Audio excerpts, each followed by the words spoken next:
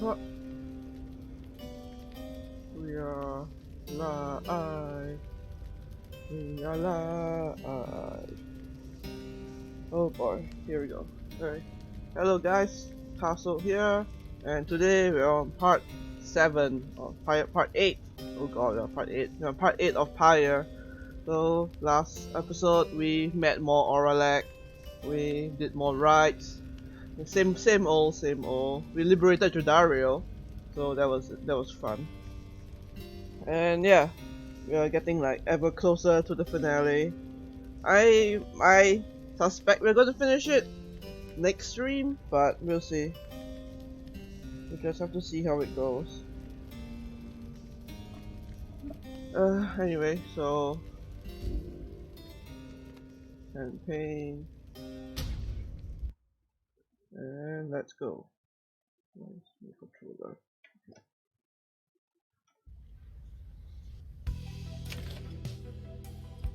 Anything to talk to me with? No? Okay. I really need to figure out where we are. Different regions. I know I need flagging hands, Yama Valley. Yeah. It's just flagging hands that I need to go.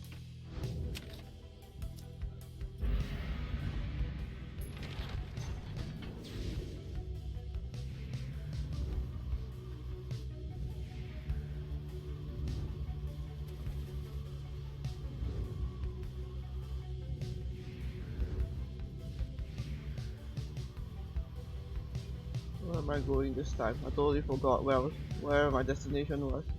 Oh, okay. It's the next liberation, right?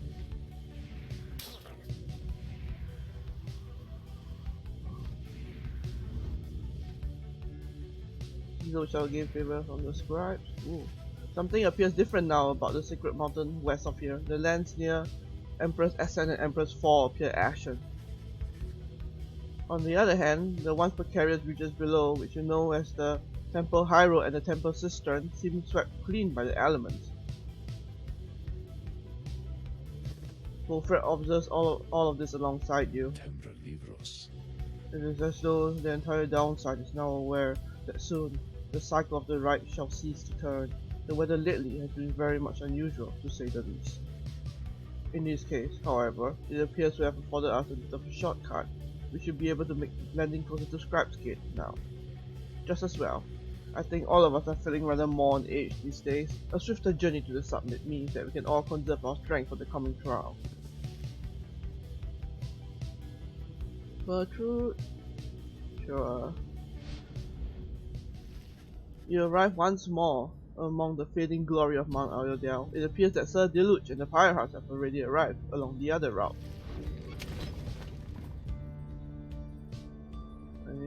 Anything to talk to me with? No? Okay. Seek the Curse Scribe's favor. With some time to spare after having landed, you join Bertrude on a brief expedition to the monument of Yoma Mary Maid.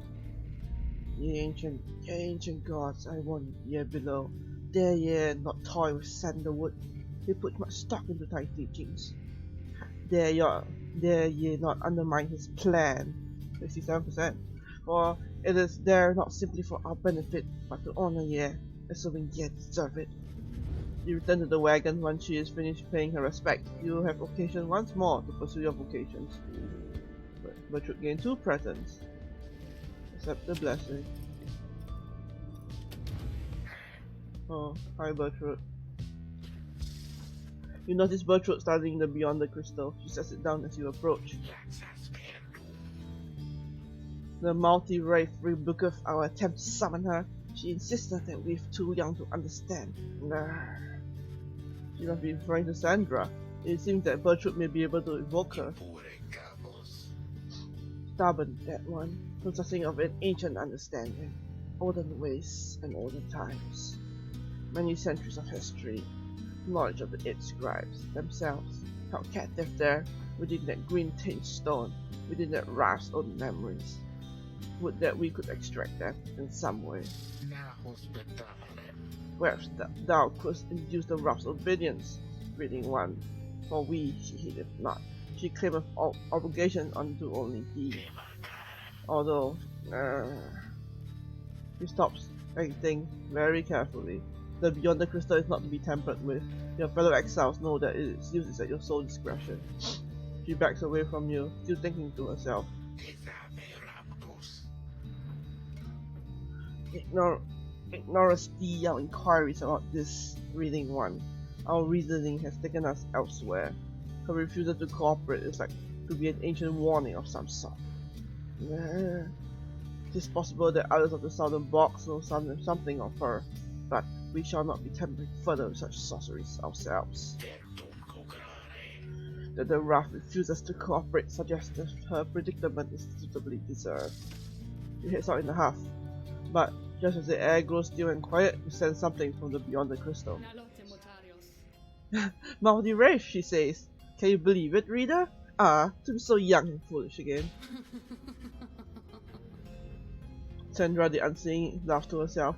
Your proximity to the Beyond the Crystal must have been sufficient to invoke her in this case. That crone of yours is far too curious, I think, but it appears that even she has learned her lesson in this case. Thank the stars, I am beholden to no more one. Thank the stars, I am beholden to no more than one among you Nightwings at the time, and thank the star that happens to be you rather than her. And if that crone attempts to lay her fingers on my Beyond the Crystal again, I shall just have to torment her dreams until she's my age. Do feel free to mention that if it comes up. Now, farewell. You know where to find me, lovely reader. She vanishes. It seems that Sandra proved resistant to Bertrude's tampering. If so much history is trapped within the Beyond the Crystal, there it shall remain for this foreseeable future. You called for me again?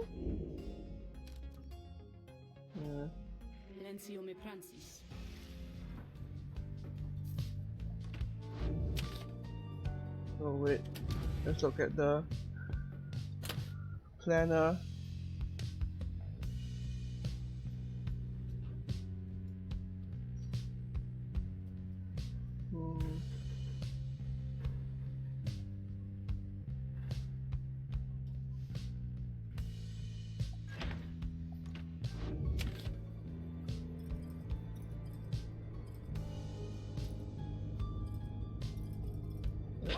Mentor.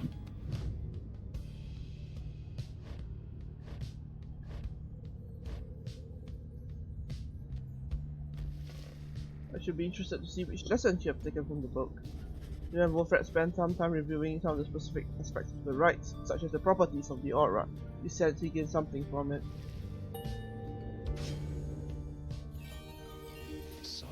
Long did I bide my time in anticipation that one day the Nightwings would reform under a common cause. To be a part of it myself, it nourishes the spirit.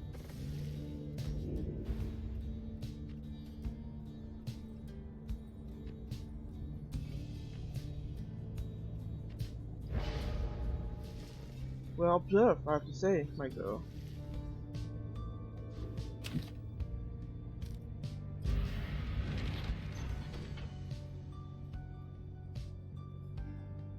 Scrap's Gate. It said the Scrap herself keep watch over Scrap's Gate. Only the worthy may pass through the gate.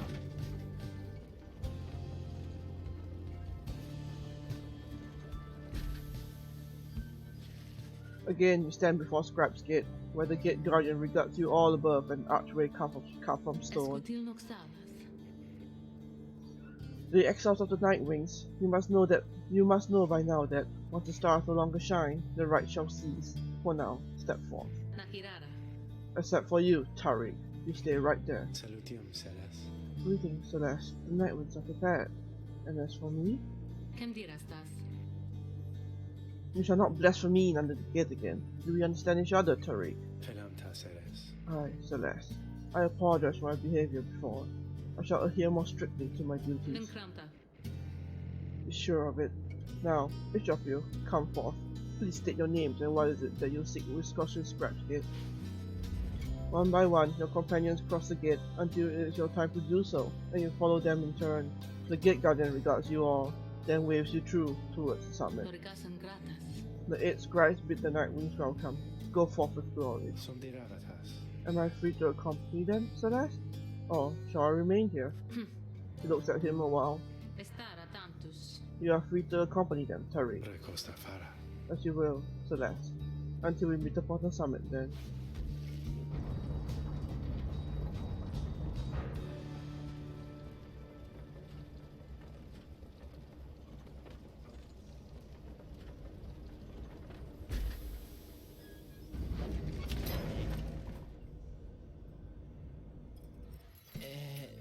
Oh, it's you guys. Come on in, I guess.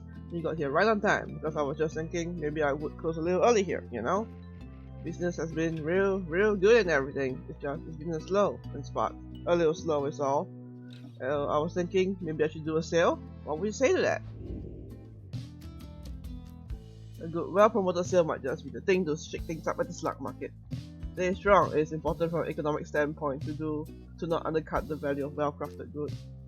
Potential? Yes, go for the sale. We suggest to Falcon Ron that a sale might be a good idea to liven things up a bit. Well, I guess maybe that's a way to look at things. And so, then, I am gonna think about it. Stew on it in a while, but no promises, okay? So, you're buying something here, or what?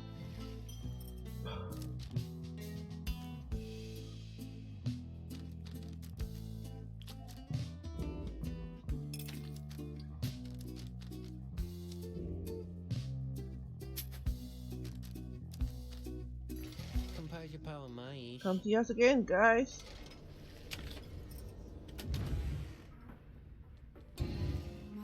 There you are again, my lovely reader. How may I be of service?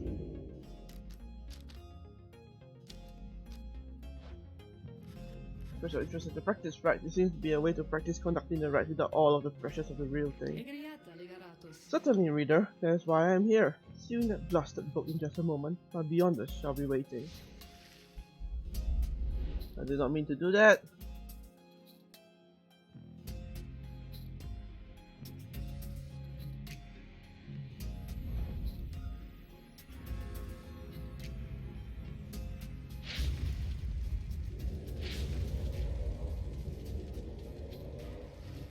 Hendra appears and looks upon your fellow exiles. Welcome to the practice rite. You are fortunate your reader summoned you, as you could use a little discipline. Now, come forth and let us see how capable you are. In the practice rites, no enlightenment is awarded. You may train here with your fellow exiles as much as you wish, or press start to return to the wagon at any time.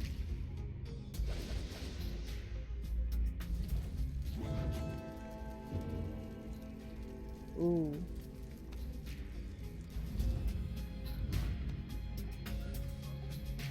$837. Nomad. Assassin. A system of the art provided a grim but terribly reliable service to those who could pay. During the Emperor's long reign, sometimes the common folk needed to pool their resources for such services. Cassius was born on the first of 7 moons, suggesting she is contemplative and passionate. Attempted murder. She trained all through her life for one vital assignment she knew would one day come.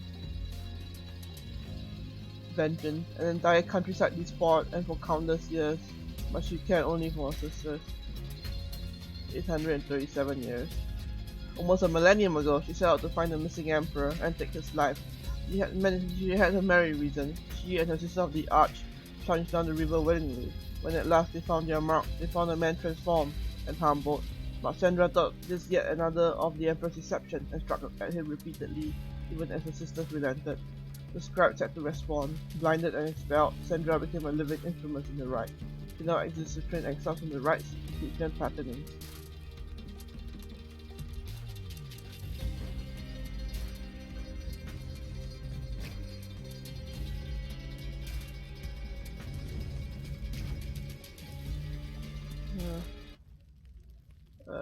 Through the wagon.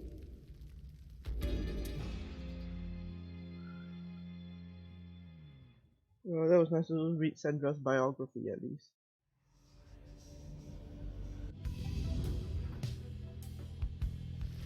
Your vision returns as the effects of the beyond the crystal dissipate. Time seems to have stood still while you experience the vision.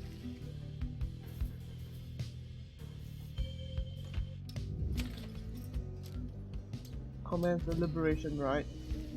Once more, the time has come for the liberation rite, where one among you can go free if you prevail. Freedom is likewise at stake for your adversaries, the Pyre hearts. As your companions gather under the fall, awaiting the commencement of this vital rite, the lone minstrel finds you and regards you in his calm fashion. Night is falling. This moment, prior to its commencement, I must admit, may give me pause, knowing so much is at stake during the trial that is to come. Tell me something, would you, reader? To ease the waiting for us both. I have travelled far and wide, even beyond these lands. However, in the Commonwealth, I know only true word and song. I sometimes think what life would be like out there. If you were not ensnared within this place and free to roam the country, what would you have done with all your days and years rather than striving here under the stars? What would you have done yourself? What would you have done with yourself in the Commonwealth? Maybe you have tended the land. The simple life on the farm may have been your calling. You miss the earth where you are from. Maybe you have sailed across the seas, the waters past the borders of the Commonwealth. Therein lies the freedom you would have sought. Maybe you would have retired to the outskirts. You might have gone where it is quieter and peaceful and enjoyed the stillness for a while. Maybe you have fought for freedom. You yet feel an obligation to correct the Commonwealth toward a better cause. I would have retired to the outskirts, probably. You long to find some solitude out there, though of a different sort than all the solitude available in such abundance in the downside here. You would have lived out your days in peace beyond the bustle of the Commonwealth, and in a manner closer to the olden times. Peace be with you then, reader, wherever it is that your travel shall take you in this life or the next. Just then, the lone minstrel looks forth, and you see that it is time. The stars above, though faint, begin to burn.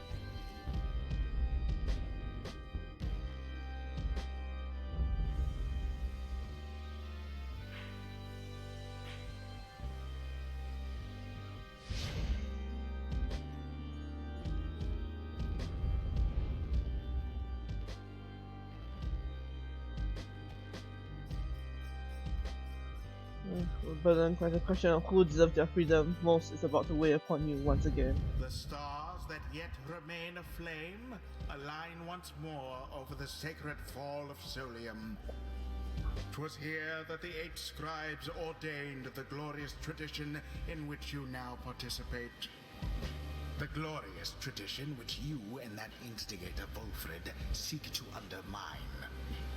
'Tis my sincerest hope your adversaries in this liberation rite achieve instead what they desire. May the Pyre heart soon douse those flames of yours. Let us get on with the proceedings then. The pyres burn, and each of the triumvirates is present and prepared. I concur. The pyres burn, and each of the triumvirates is present and prepared. Then, anointed one of the Pyre hearts, come forth now and declare yourself, and pay any respect you have unto your adversaries, the Nightwings. Sir Delude tentatively slithers forward and starts to struggle with his mask. This knight is called Sir Delude. He is among the most decorated knights of the Sea Dominion, having survived many battles. Record well this proceeding, for his valor shall soon become the stuff of legend, and probably some of your songs. Is it not so that you have fled from every battle in which you were expected to fight, Sir Deluge? Or have all messengers been misled in this? Lies spread, no doubt, by the detestable Nightwings. Their treachery is such that they dare steal one of our own triumvirate. It is for the triumvirate to decide who shall stand with them. If one of your Pyre hearts was taken by the Nightwings, then ask yourself why your companion would have left. This knight knows why full well, because not all who hail from Sea Dominion seem to know the meaning of honor. Now, Nightwings, for the grave injury which you have caused the Pyre hearts, we hereby challenge you. know that this knight would strongly prefer a traditional duel to the death. Such a shame that bloodshed is against the rules. He somehow puts his mask back on.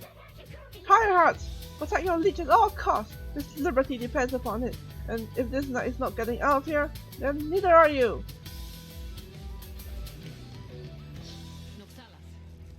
Nightwings, on whose behalf shall we conduct this liberation rite? Choose, quickly. May you heed your heart in making your choice, leader. I trust you are prepared to play the hymns with me, Pyre. Always, the last. Whom do you endeavor to return? Oh, well. I can only choose one of these three.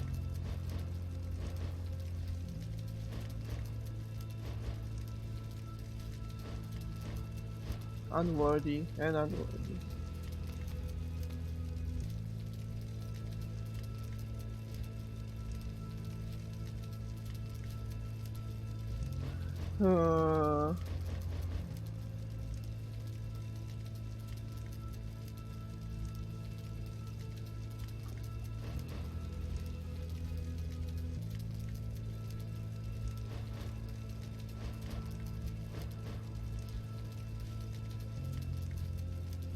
Well, Pamita, I think this is where we say goodbye to each other.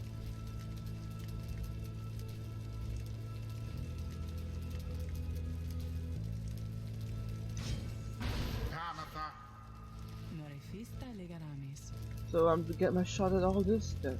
How very thoughtful of you, Peter darling. Who shall be at her side?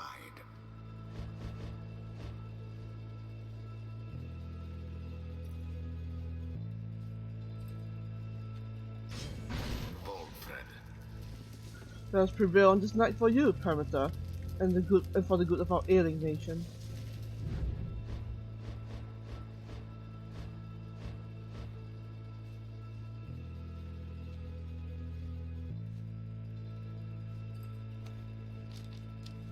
You here.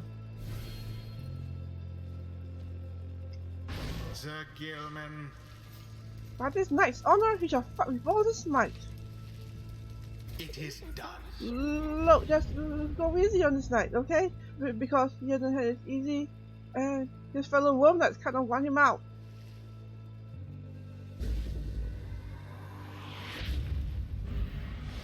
Commence.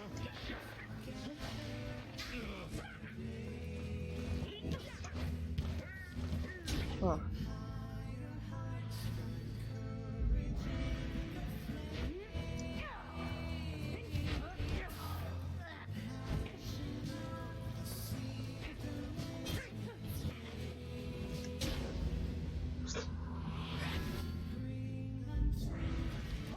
A moment, Sir Deluge. Ah! What is it, you? This knight is trying to concentrate here. This knight has a burning question which he must ask of you, sir. What do you gain if you prevail here? You, who fled the siege of the Spiral Sanctum, what would you do if you return onto that land? Sir Deluge squirms in an uncomfortable looking way, but does not respond.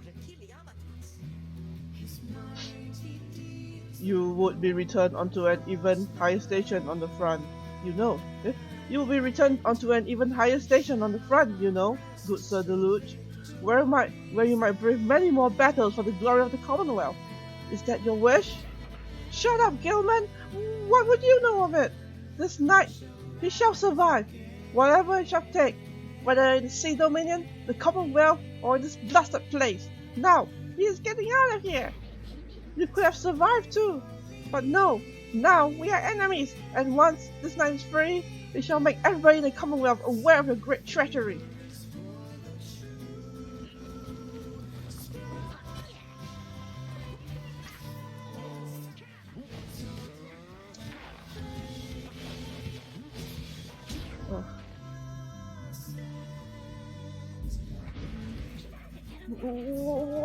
Why? Is it raining now?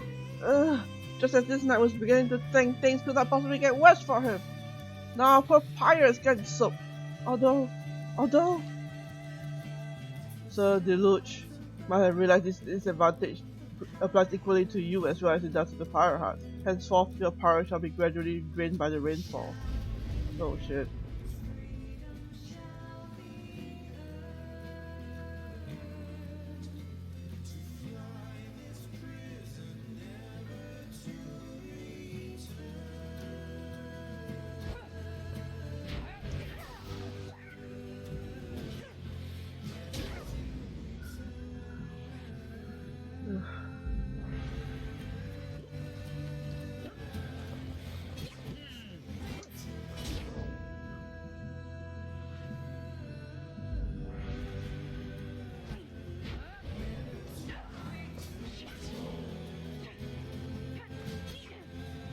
Oh shit.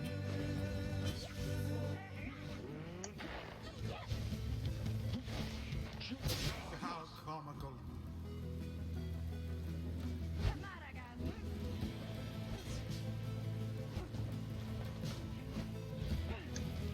And there it is at last. The Night Wings proved their worth. An outcome which left little room for doubt. Thus ends the liberation rite.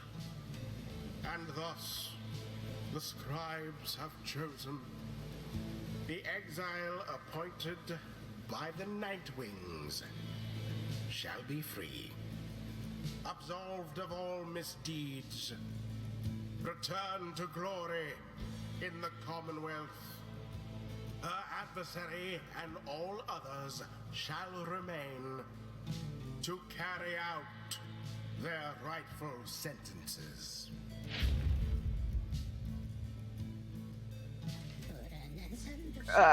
This nightmare deal is too good to be true.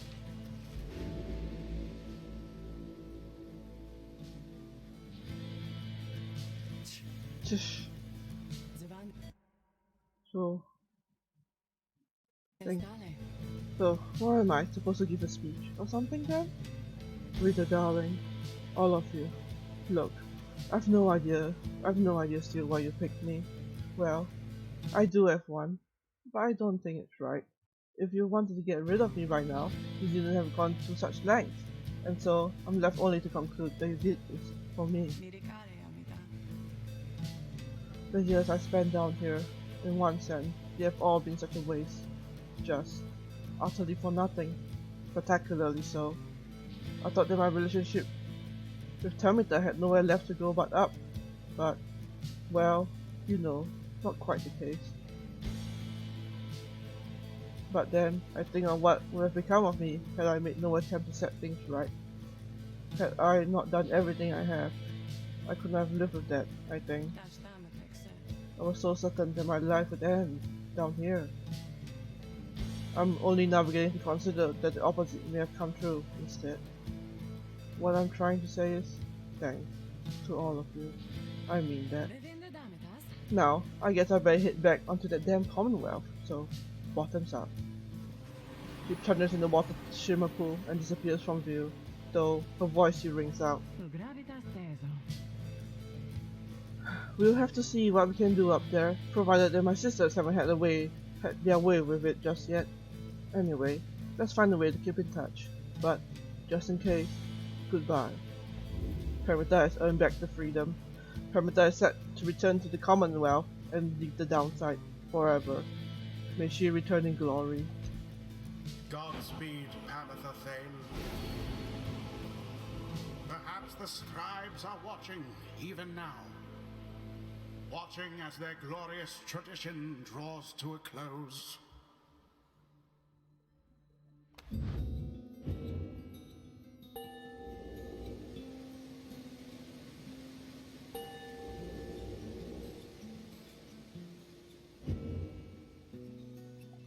Now take your execrable companions someplace else.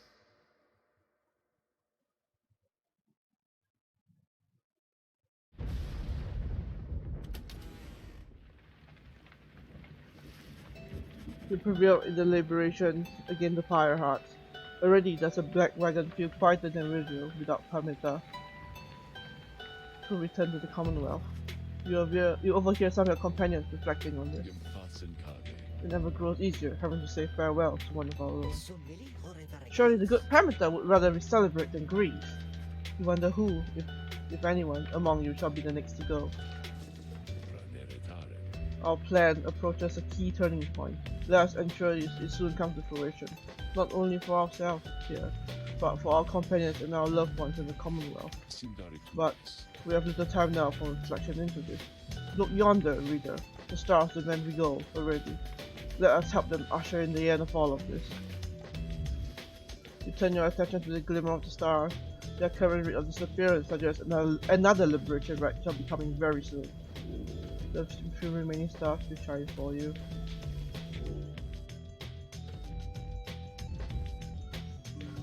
Kelmere, Milty, Blue,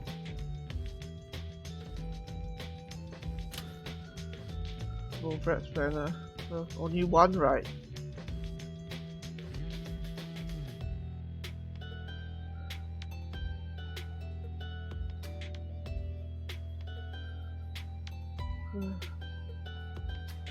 So the 17th of 12/1/837 AS is becoming more and more evident just how few liberation opportunities remain. I expect that they shall soon present themselves one after the other. Then let us make ready and end this.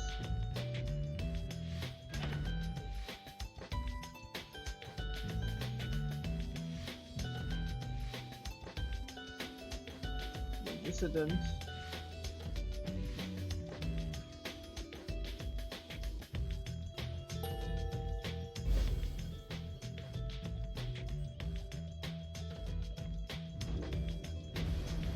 Now, the stars return you to bid you to return to the pit of Milty, where you shall stand against the dissidents once again. Your adversary Barker Ashpaw likely knows the cycle of the Rites is drawing to a close. His last remaining chance to earn the favor of the scribes and then regain his freedom likely hinges on the outcome of this next rite. The cycle of the Rites is soon to end. The exiles of the downside striving to be free. Your adversaries, your companions, even you yourself are running out of time.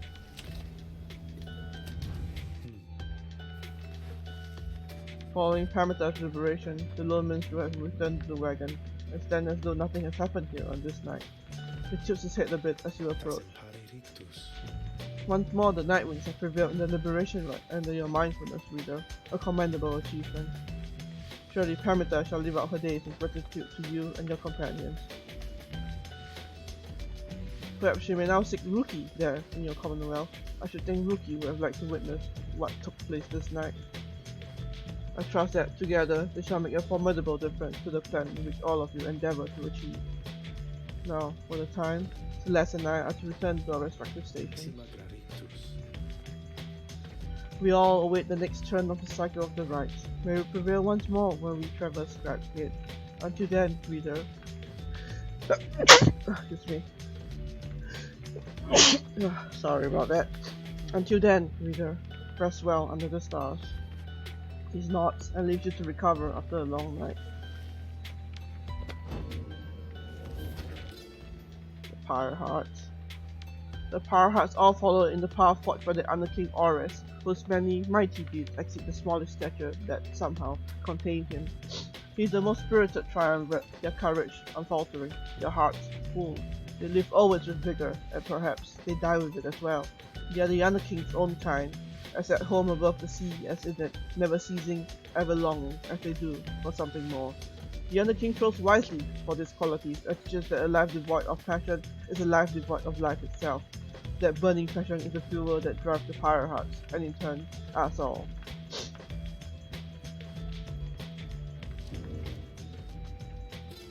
On history, this book cannot accompany you if you should earn your freedom. It is to remain here for your successors, for it is bound together inextricably with us.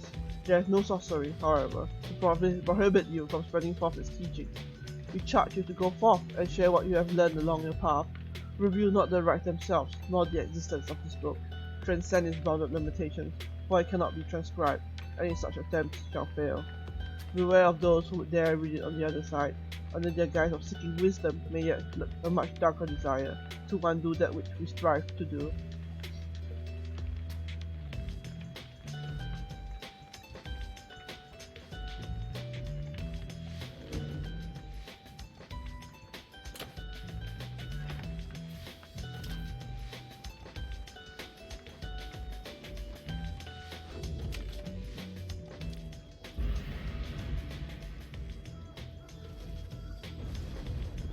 At dawn, your companions are prepared to depart. Everyone is silent. Your travels are to take you back to the pit of Milty, but soon after, the stars shall draw you here again.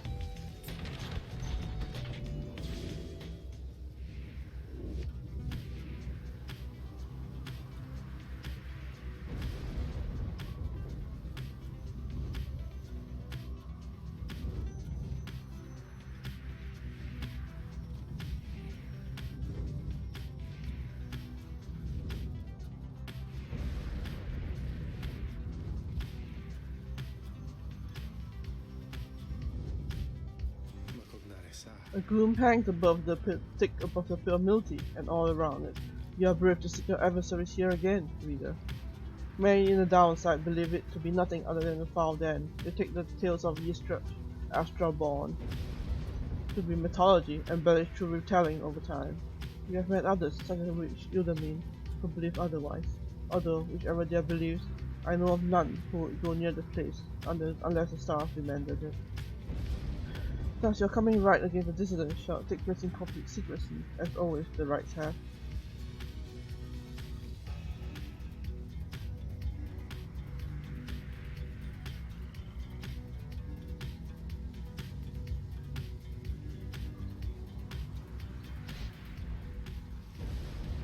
You arrive again in the sword grunt of the flagging hand, already anticipating the sinking feeling that comes into place. This time, Bertrude has something to say for it. We shall show ye how to withstand the less pleasant qualities of this locale. She reveals various salves and minor enhancements that help to counteract the spirit-draining effects of the region. Soon, everyone is feeling better, if but for the assurances. Henceforth shall not have a penalties to hope in this region. Thanks be to Bertrude.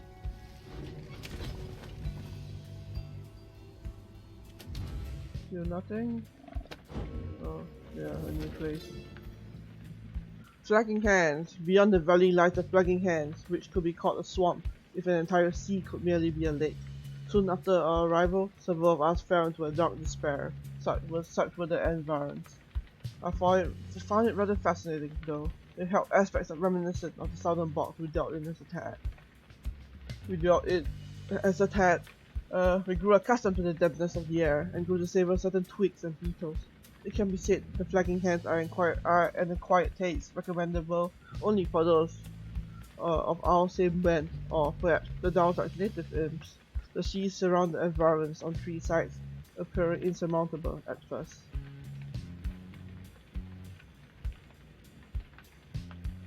How many triumvirs have I got through? 1, Fate 2, Distance 3, Withdrawn 4, Power Hearts 5, Essence 6, Chastity 7, Tempest 8, Nightwings 9. There's still one more. I forgot who exactly.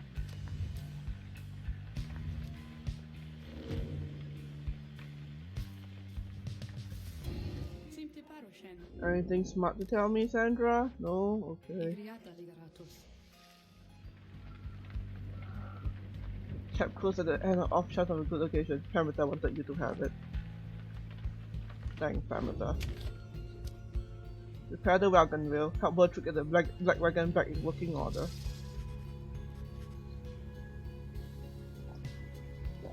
But having checked earlier, you realize the black wagon suffered some damage to one of its wheels. Bertrude is already working on repairs, but not having much luck. Most disagreeable this matter, so tight aid is warranted. Hours later, the wheel is fit for travel again, though fixing it seems to take a toll on her. Bertrude lost one hope. Call it a day. Anything? Do nothing?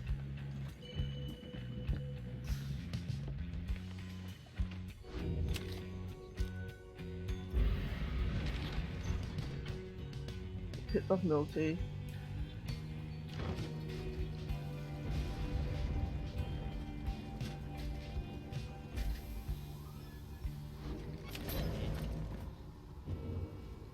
Pit of Milty.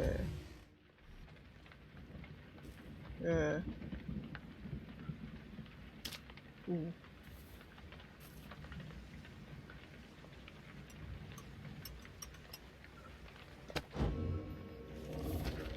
Now let's read this instead. The Pit of Milty. If there is one celestial landmark in which I would never again wish to tread, unless, of course, the stars beseech me to, it has to be the pit. 'Twas dark in there beyond all reckoning. If not for Milty's sorcerer's lantern, all of us, we all would have been lost. What lies within the pit is not to be invoked, although I have no doubt our goodly Under-King shall be unable to prevent himself from boasting of how Milty sealed it there for an entire age. The thing yet lies there on the edge of death. Through its connection to the stars, it gives the pit significance, walk there with courage and a steady mind.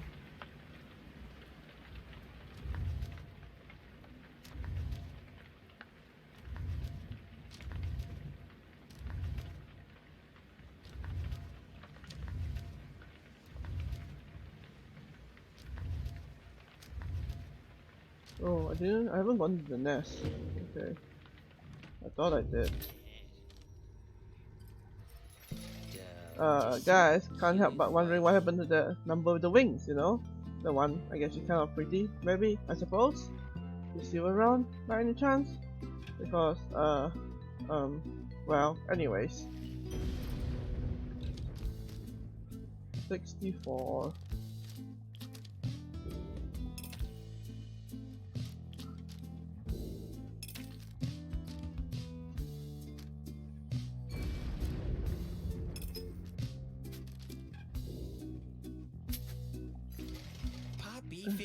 You're leaving that! Just look at how much we got this time. Alright, let's commence the rite. By now, having to make preparations for the rites has become second nature to your companions. They go about the process efficiently, and this time, in almost total silence. You cannot shake the sense that the routine shall not go on much longer. Bertrude approaches and confirms you that the Nightwing Sigil is set. Everyone has their books and raiments, and the grounds are ready. Everything should be in order. The remaining stars shine brightly still. Not for much longer, it would seem. We have watched the splendor of the stars each night, unfailing since we were a tad. We shall savor the remaining opportunities.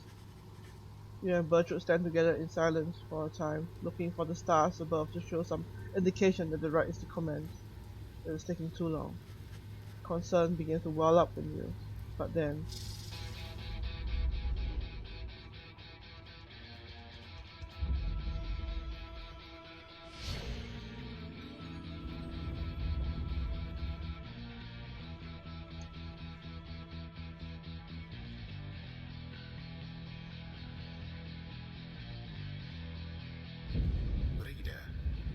It seems the stars once more have mustered wherewithal to usher in the rites. The sky grows dimmer by the day. An age is ending. Surely you must know by now that you shall never all be free. Yet still you struggle to fulfill some senseless plan. But I digress, of course. Some of us still honor the tradition. Some of us hold dear the teachings of the scribes. The pyres on each side are burning bright. From across the field, you observe the leader of the dissidents approach and remove his mask. Well, now, it's time we went another round then, is it, mate? Don't know how many more of these we got in us these days. So, how about we make this one a real kicker, eh? Come on then, Nightwings, do your worst. I want to see you try and do some proper damage here.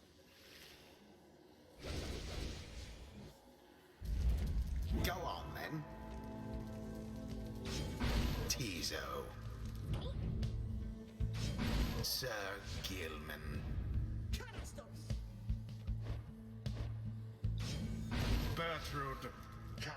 The choice is cast. All adversaries of the dissidents. If this is to be our final confrontation against them, then let us show them our true power, here and now. Alright then, mates, you ready? You ready? Let's make those blessed stars up there go wet themselves after they're through here, eh?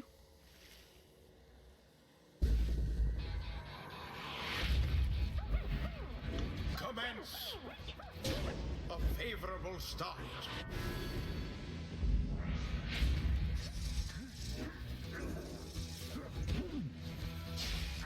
No, you don't.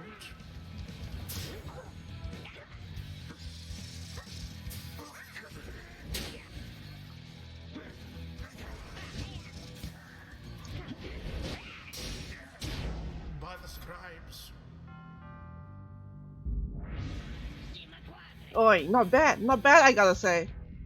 Go on now, you keep at it, Barker boy. Just like dear old mom was here. You just keep at it now, you understand? No pressure now, no pressure, aye. Alright, mates, time to get real angry now and show them what for. Come on, let's boil some blood, aye?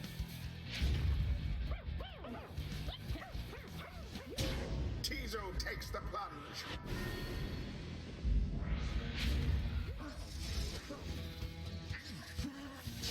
You'll have to do better than that. Shame.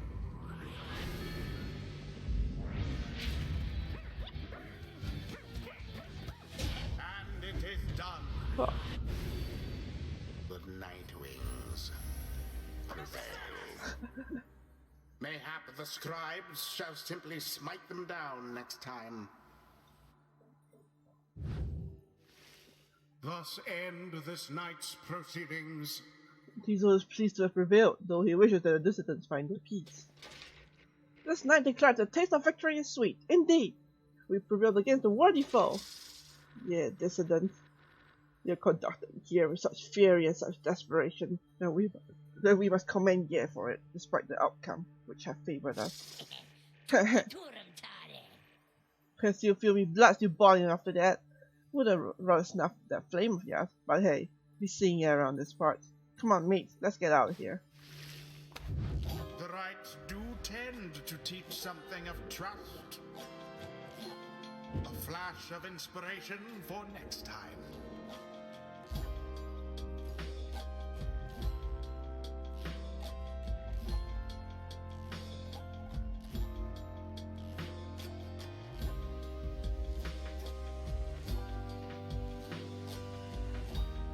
May misfortune find you ere the turning of the stars.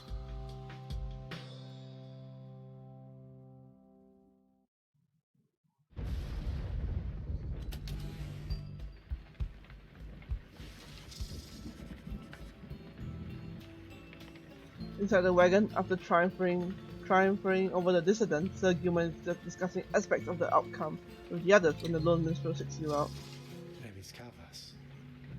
Pardon the interruption, reader, though I need to ask a moment of your time, for the night is still clear enough for you to see.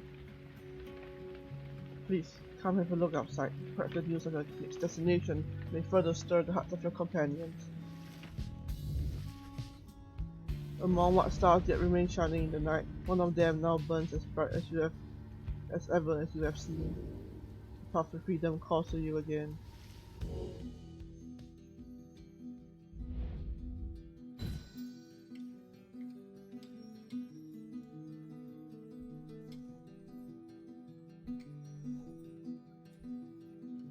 Or the Titan stars.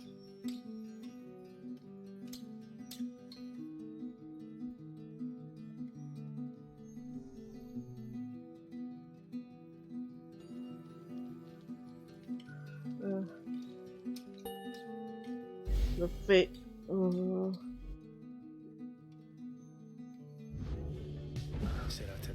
The cycle turns even more quickly now, until such time as it shall shudder to a halt. He makes a sound then, almost like a laugh. I forget myself, reader. I should not say such things. The scribes, they would say that one ought focus on the path in front of them. When we set forth to walk along a laboured path, it can all be too much. If we stand back and look upon it as a whole, we may well decide to turn around. But if we begin to walk, with casting down our gaze, and with resisting well the urge to look too far ahead, we may make steady, careful progress. Soon enough, we may arrive where we endeavoured. The lone minstrel bids you a good evening. You had best retire here for the night. When first daylight comes, it shall be time again to take to the skies.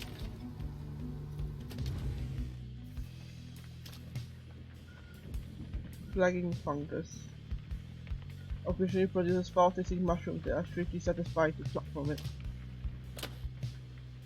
By now, most of the triumvirates whom we have faced no longer have any real chance of earning sufficient favor to regain their freedom. Perhaps we will always due to swear the same fate.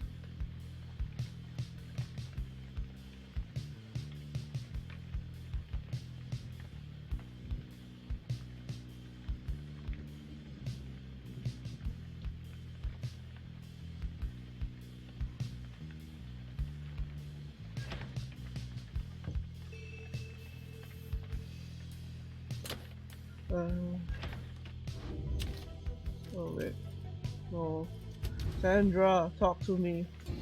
Norem casteja, No, okay. igriata ligaratos.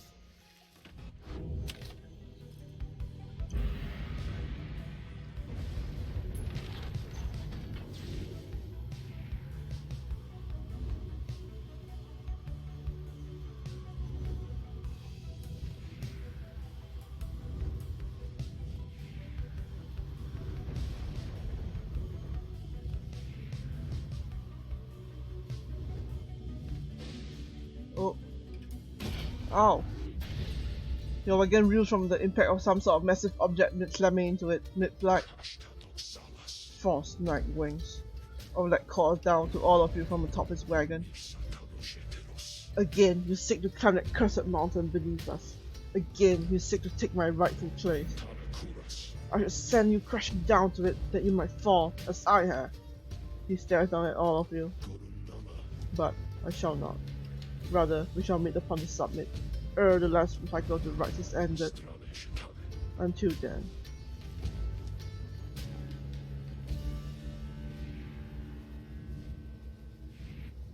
Kido shall gain favor. You make landing on the secret Mount Elodale after your encounter with Orlac. Orlac spoke the truth. He has a right to gain the summit. When the time comes, Celeste shall deem him worthy and shall let him pass. While he has transgressed against the right, he has also already been anointed and prevailed. Nothing is written in the book on this, and liberty ought already be his. For the time, it seems that he has not yet travelled to the summit. Perhaps he is still making preparation with his fellow exiles. When exactly Orlac intends to make good of his promise, he did not make clear. For now, you have to confront Dalbert and the fate upon the summit. But first, you may prepare.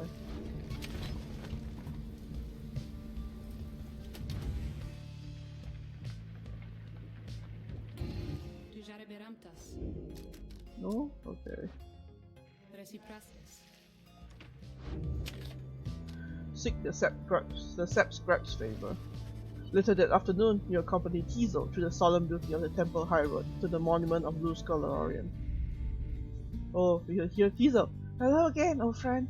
I know that you and all the scribes are watching over me and all of us, and I am grateful to you. Your ancient rites are ending soon. I promise you, my friend and I will make the most of our last 2 chances here.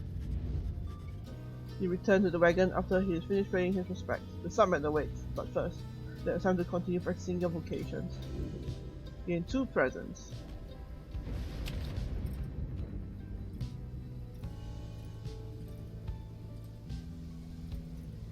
Study in private. You located a secluded area nearby where you'll be able to study the Book of Rites. Through greater understanding comes the reader's influence.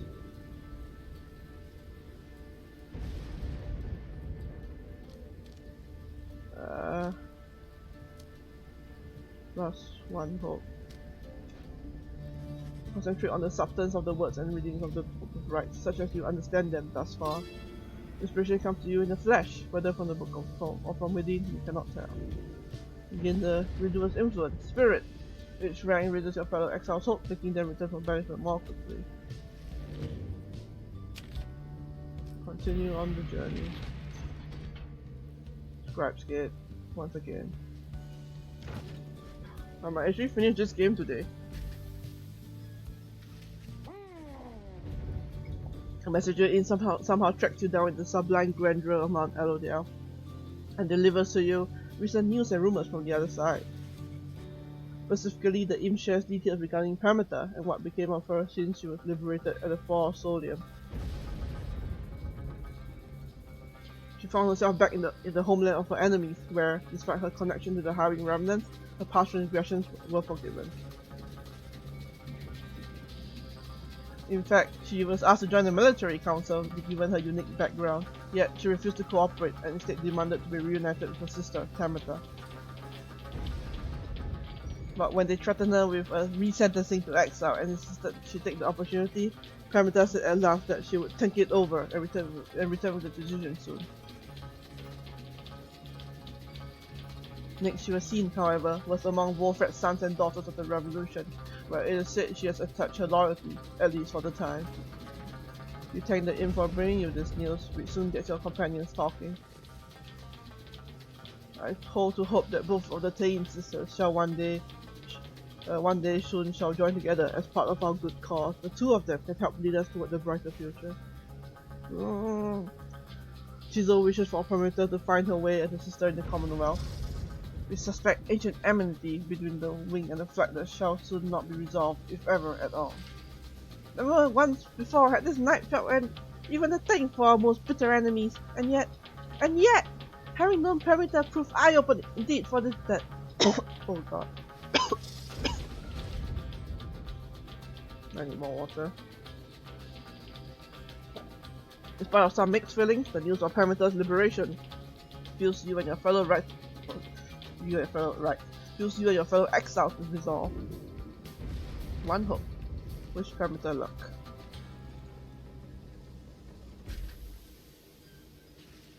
You are returned once more to Scrap's Gate, where the Gate Guardian awaits under a dim sky. The exiles of the Night Wings, and you, Tariq, this to be one of our final meetings. Greetings, Celeste. The Night Wings are prepared, and afterwards, I would have words with you in private, if you please. It seems to me... Ooh, 50th anniversary, that's cool. It seems to me rather late for words now, Tariq, but I shall hear them once your charges cross the gate. Now, all of you, come forth. Please state your names and what is it you seek whilst crossing Scrap's Gate. Once more your companions cross the gate, one after another, and once more you follow them in turn. Celeste regards you all, then waves you through towards the summit. The 8 scribes bid the Night Wings welcome, go forth with glory. And Tariq? Aye, Celeste. You may rejoin the others in the wall. For now, I would hear these words of yours. Certainly, Celeste. Everyone, I shall see you shortly.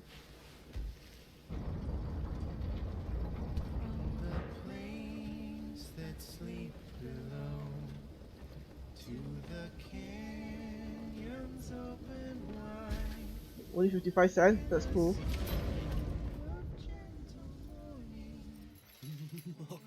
Oh, hey guys, it's gotten real cold again up here, but it was worth it. Let me tell you, got a lot of customers been stopping by. Okay, I may have been exaggerating just a little since I have been waiting here a little while, I guess. But are you buying anything? And the canyons open wide, singing songs of gentle mourning for his lost and lonesome bride, for his lost and lonesome bride.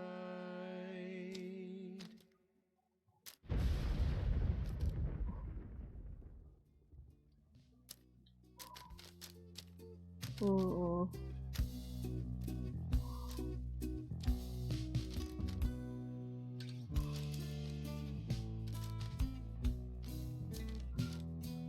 I kinda want to do something.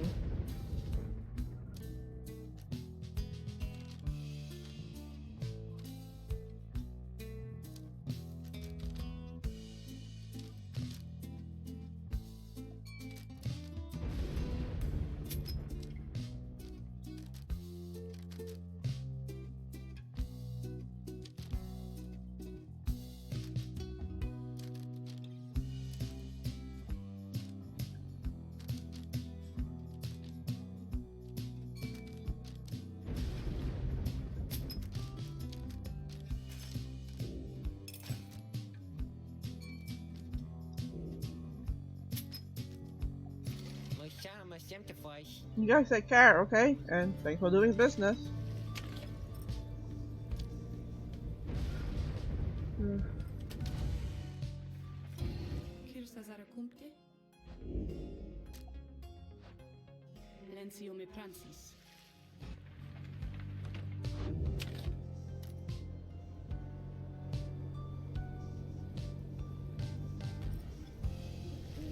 The time has come again to deliver one of your fellow exiles to a homecoming in the Commonwealth. Let your adversaries, the Fate, achieve the same instead. The lone minstrel has returned and approaches as you await the signal from the stars. There is something I wish to ask you, reader. Something which ordinarily would not be my place to discuss in any detail. You have observed the stars, if you would not mind asking you in such a direct manner. How many liberation rites are you supposing yet remain? Did you how many liberation rites are still to come? Is this the very last? Perhaps the lone minstrel asks a leading question to break the news that this is to be a final stand. Two remain, including this one now. The rate at which the stars are vanishing and the cycle is hastening leads you to only one conclusion. You have not spared any thought. The stars and the future liberation rites be damned. What happens is what happens here and now. Two remain. You tell him that the only logical conclusion which you have been able to make based on all your readings of the stars of late, that there shall be one final liberation rite after tonight. I concur with your evaluation, reader madam. I wish to make certain that you are aware, so that you and the Nightwings may yet make the most of your remaining time together. Thus.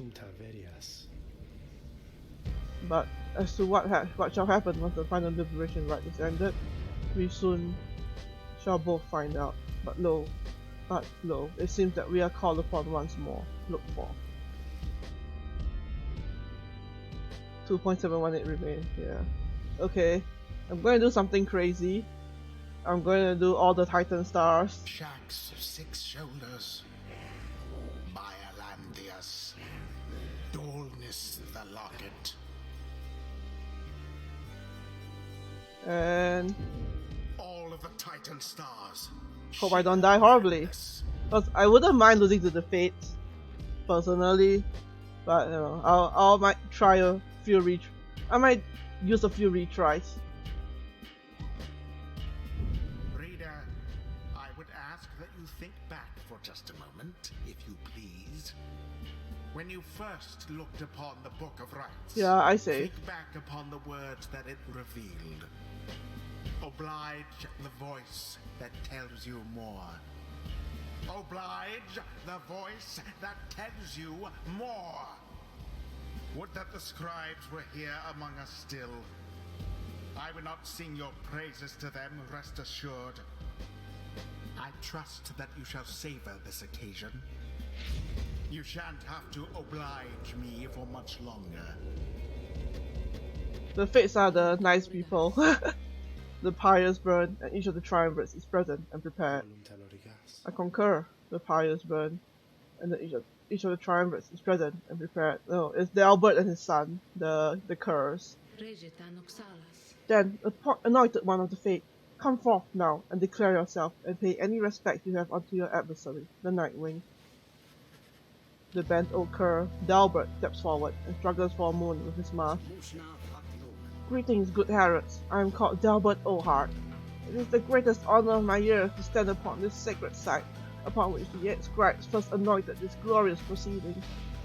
Nightwings, we are honored to be in your presence once more. Father, they are our adversaries, not our hosts. We need not be so gentle with them. They shall do their utmost to keep you from your freedom. Dalbert, your son's is out of turn. Control him. My sincerest apologies for his unnecessary outburst. Elmer, please. We have worked toward this opportunity, and we must make the most of it. He puts his mask back on. My son and I stand ready to begin. Nightwings, your choice. In whose name shall we conduct this liberation rite? I wish you the wisdom of the scribes in making this choice, reader. And I wish you to come prepare our song with me, Tariq. Whom shall you attempt to send home this time? Oh, I still can't anoint Volfred. Poor Volfred. You're gonna have to be the last, my friend.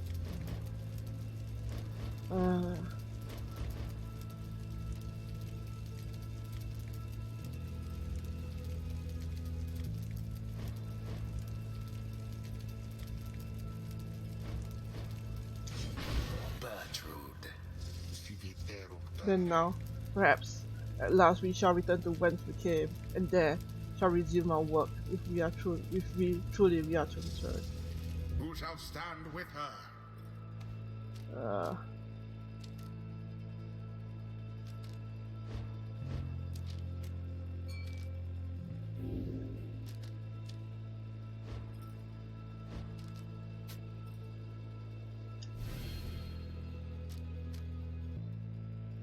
Quickness 27, quickness 12.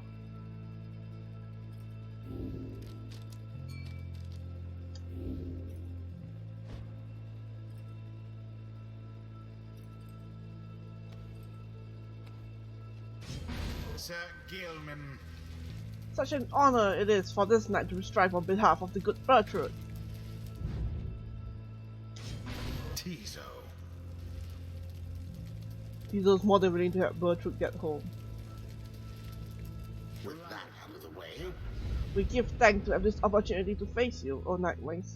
Now, let us strive to our fullest capability, with honor and with grace.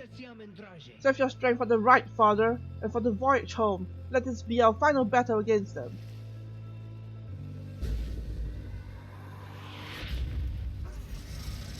commence.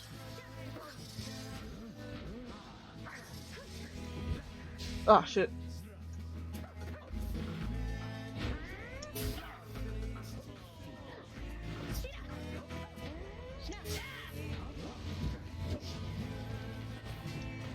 Ah, shit.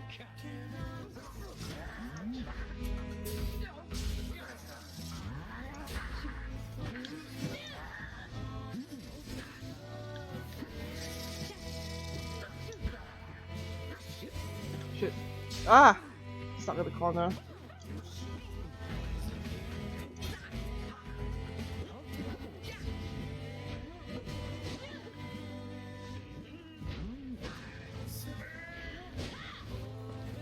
Ah, shit.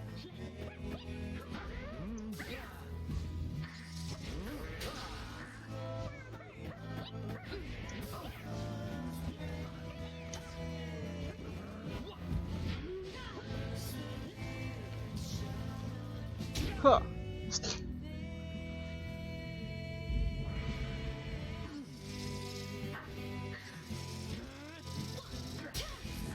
Oh shit. What the hell was that?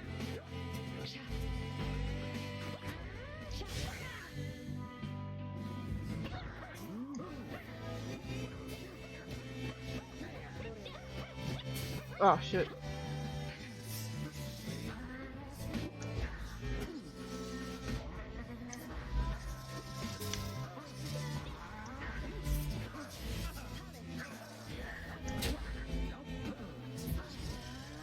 Oh shit.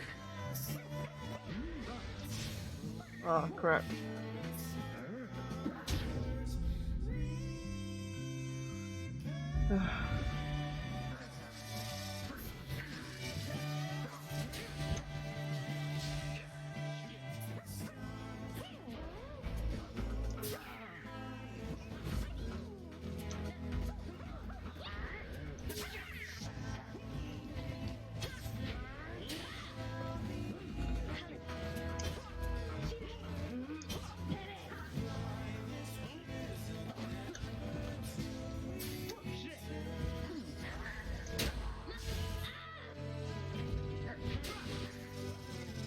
Oh shit.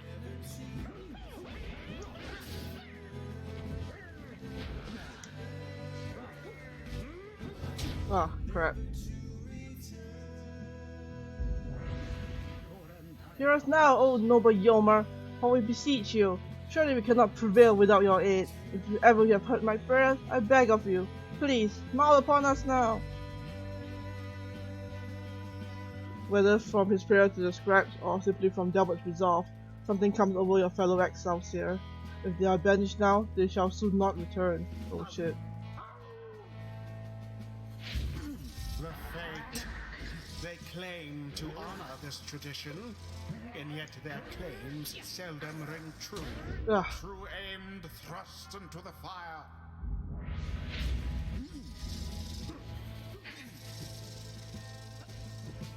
Shit, I keep getting stuck there. Woe is you.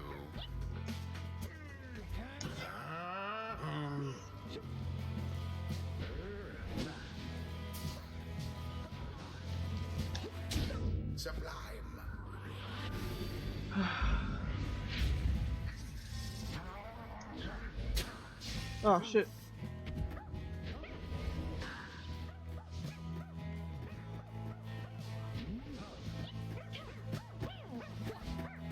Huh. Tizo douse their pyre.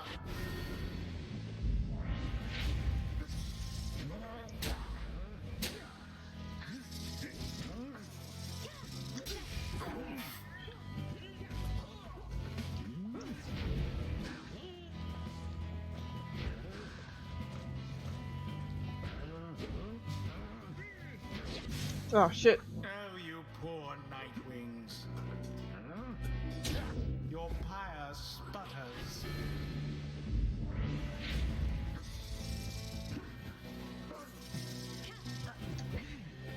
Oh If shit. I were that one, I'd be rather angry.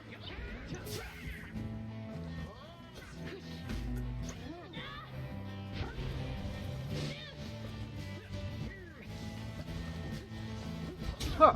So it is.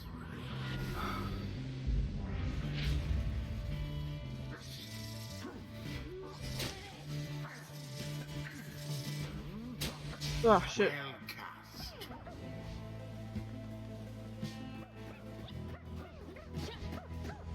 Ah shit. Wherever did the Nightwings go? Restart. Restart. I'm so close though. Ugh.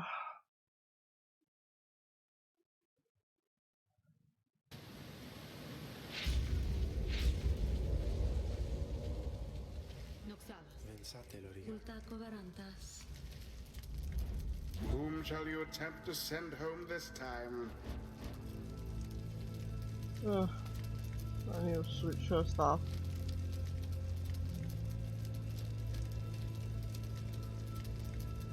Uh,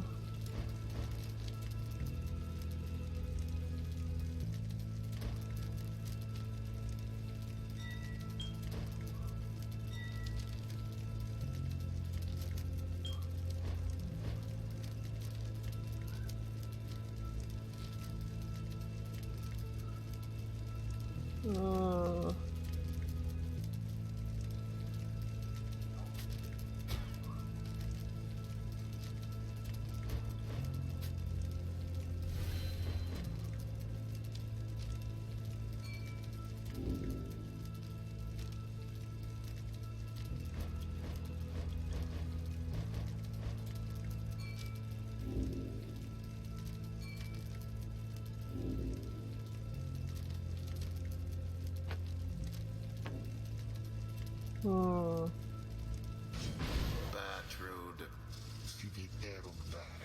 Who shall stand with her? Tizo. Sir Gillian. Ow.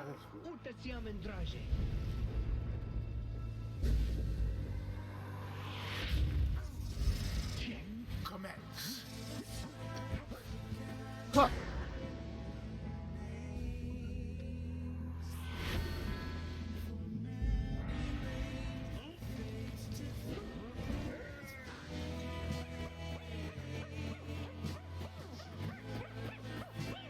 Oh shit.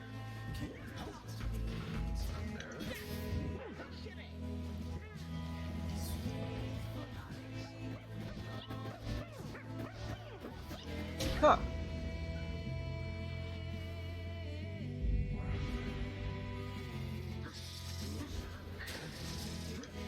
Huh. Okay, okay.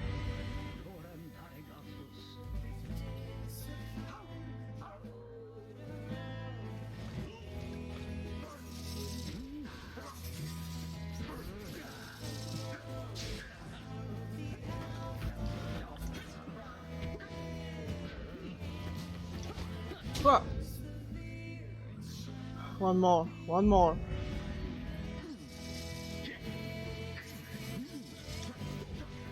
Huh. And there Yes. it is. The blast Whew. of Nightwings proved their worth. Yeah. As for their adversaries, they did not. Thus ends the liberation rite. And thus the scribes have chosen the exile appointed by the Night Wing. He's so unhappy about shall this. be free. He's so unhappy about this. It's Absolved hilarious. of all misdeeds, It's hilarious. return to glory in the Commonwealth. Her adversary and all others shall remain to carry out their rightful sentences. Alas, my son. Once more it seems that I failed you. Father, wait! What good is freedom to us anyway, if we would be apart?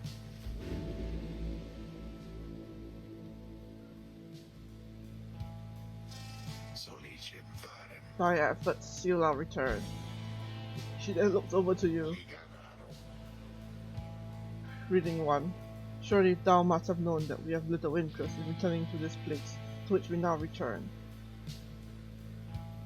Surely there are those among ye with a stronger preference to look upon this prophecy, which, to our ancient eyes, doth merely cause offense.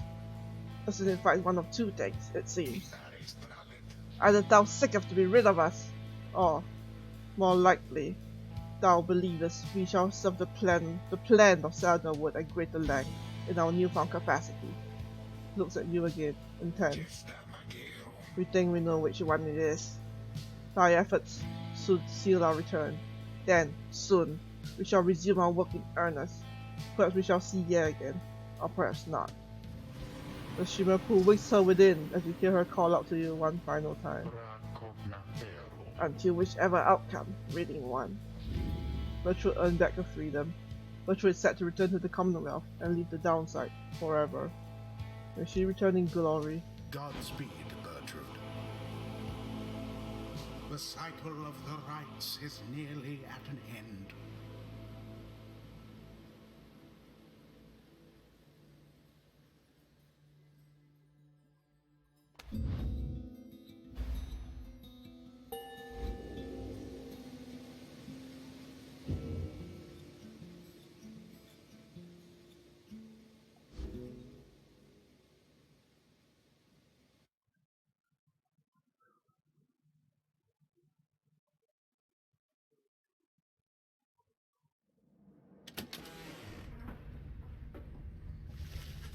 You return to the wagon after having prevailed against the fate in the liberation rite. Caesar wishes Bertrude a safe journey home. Perhaps this knight too may regain his honor. He succeeded in liberating Bertrude, who will return to the Commonwealth in glory. The last light of the star still shines for us, above. At this point, what is to become of our plan neither be a subject of our speculation. Our trust will learn the outcome soon enough. Our actions to this point shall pave the way, perhaps our faith as well. So, let's for now focus on this. We stand upon the brink of the last turn of the cycle of the rite. Soon, we'll have a final chance to get one of you home. Now, reader, up for a little stargazing? Let's see where in the downside we shall be returning for this final rite. You turn back towards the darkness to look upon the last few stars, too stubborn to relinquish their light. The scribed stars yet burn for you atop the sacred mountain.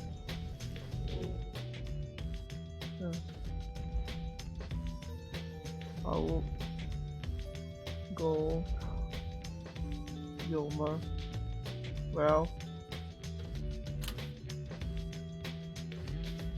they cling to the belief that the scribes are watching over there. They're out there. I cannot stop thinking about what should happen if we fail. Less so to those of us who remain trapped here, but rather to those who return to the Commonwealth.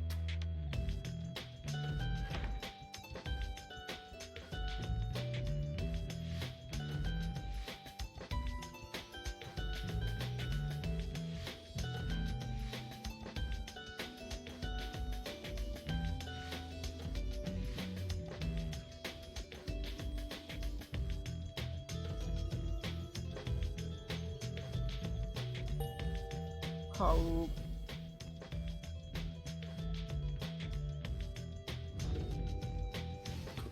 Once more, you have to face the Tempest. Then, although I wonder, he hesitates before saying anything further. You cannot sense his thoughts. I apologize. I was lost in thought there for a moment. Let us make way for the Karim Paoub when everyone's feeling more refreshed as much as possible.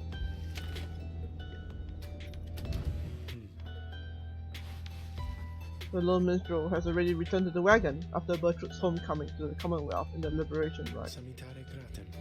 Your companions are most grateful to you, reader. Would that Permita could have been here with the rest of them to witness Bertrud's glorious return. I trust they shall soon reunite there, in your Commonwealth, where they may yet contribute to the outcome of your plan, and thus create the place that welcomes all of you. May you and your companions to continue to prevail thus. For now, Celeste and I are to return to our respective roles until we meet again at Scribe's Gate. Rest well for now, reader. He bids you a good rest of the night.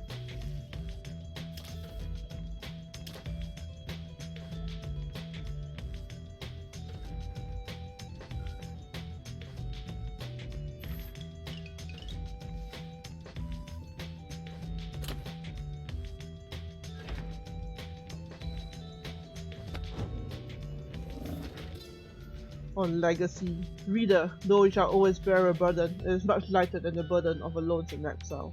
Go forth and become free. Then join with the others such as you, and lead with mercy, continuing to demonstrate your worth, and knowing that the empires fall from the foundation of our Commonwealth.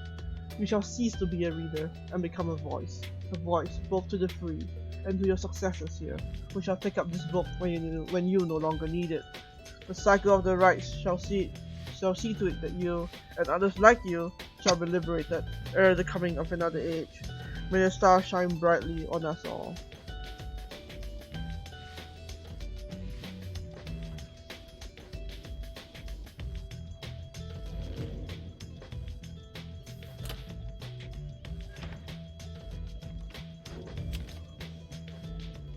Oh wait. Sandra? No? Okay.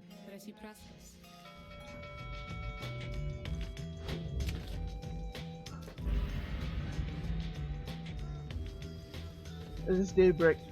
You are to set forth now for the Karin of Haul for what appears to be the final time. Thereafter, you shall return here for one last exile's final chance at liberty.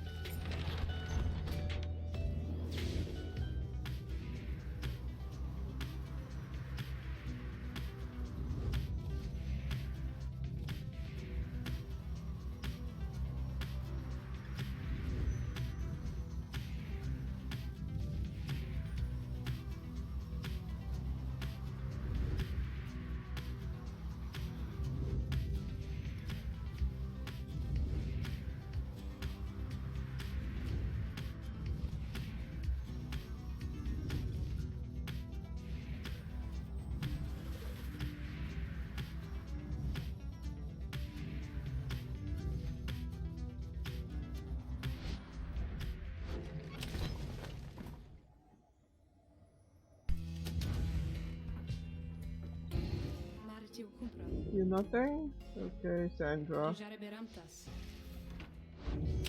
Let's search for valuables. You and Tizo spend much of the day searching through the barren ways of Shant until at last you find something of value. So it would seem, at least, as neither you nor Tizo can exactly tell what it is, but the object lies beyond your grasp. You consider methods to retrieve it. Well, Tizo, make the time to retrieve the item. In doing so, you will give up on the time you spend on vocations, such as studying or mentoring.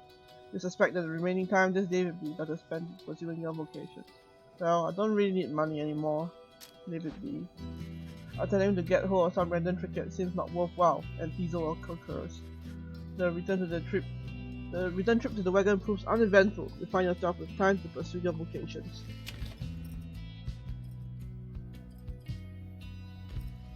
Let's study.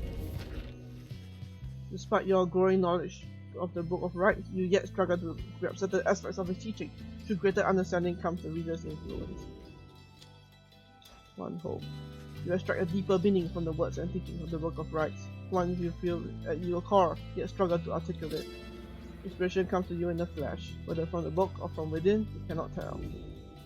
An influence spirit. Let's continue. Okay, no problem.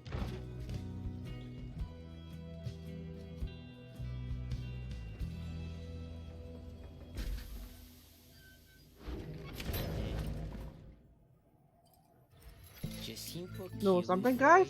I heard a crazy story that old but true. She finally got on out of here. No, back to the other side. Can you believe it? Give her my regards, okay? Because I got a lot of customers because of her, and I do mean a lot. Anyways, what can I do you for?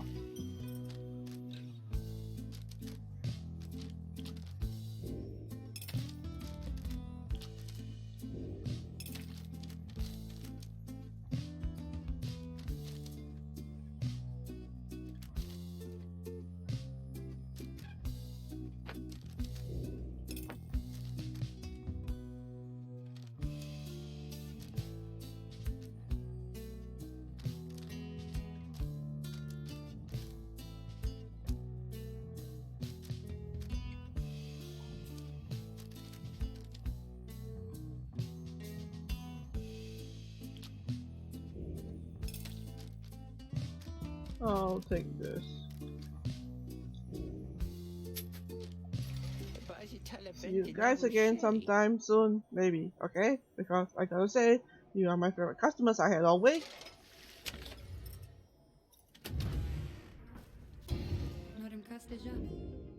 When will you talk to me again, Sandra?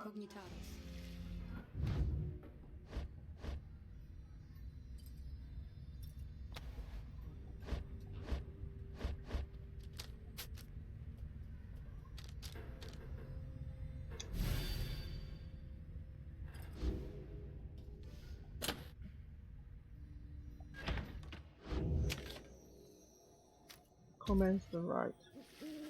After making all the necessary preparations amid the stark badlands of the Korean Pawu, you and your companions await the commencement of the rites. It is quieter even than usual at the onset of such events. The lone minstrel appears, bearing some sort of news. I have checked, and it appears as though the tempers have not yet arrived, Reader Madam. There are no sign of Ignarius or anyone. Their sigil is not set either. If what he says is true, and your adversaries are not present, then you presume the rite cannot commence.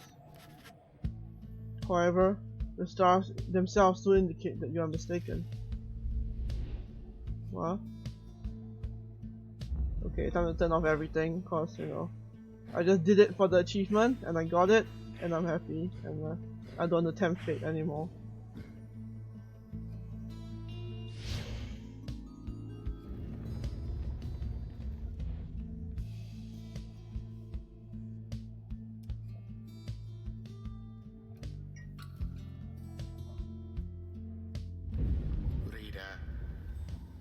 The Commonwealth, your home.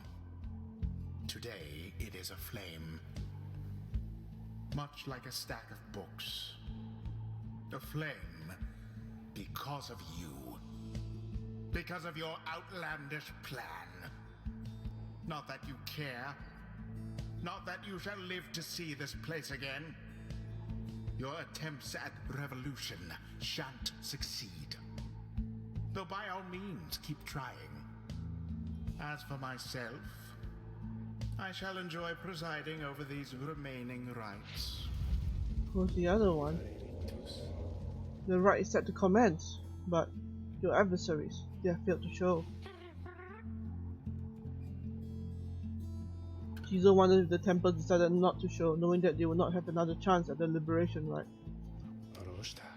Indeed. As the rites are drawing to a close, some of the triumvirates whom you have met, perhaps they are beginning to decide the stars are not worth heeding any longer. Ignarius, you wonder whether he would give up on the rites like that. He did seem rather disaffected, having failed with the liberation rite before. Perhaps they did finally decide to quit, for good. In any case, we have begun the ceremony here, and so I ask that we end it. Who shall besmirch the Nightwing's name? Volfred. Sir Gilman. So Tizo. Predictably decided. He also seems rather melancholy about having to conduct a rite against no adversary.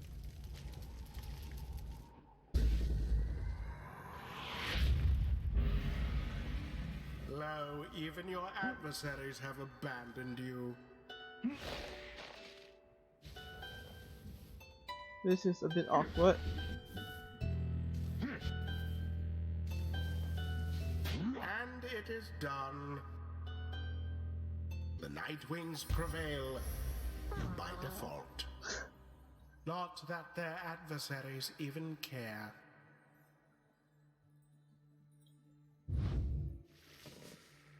My only hope is that our would-be adversaries find some peace. Boundless are the teachings of the scribes. Now take your sordid business someplace else.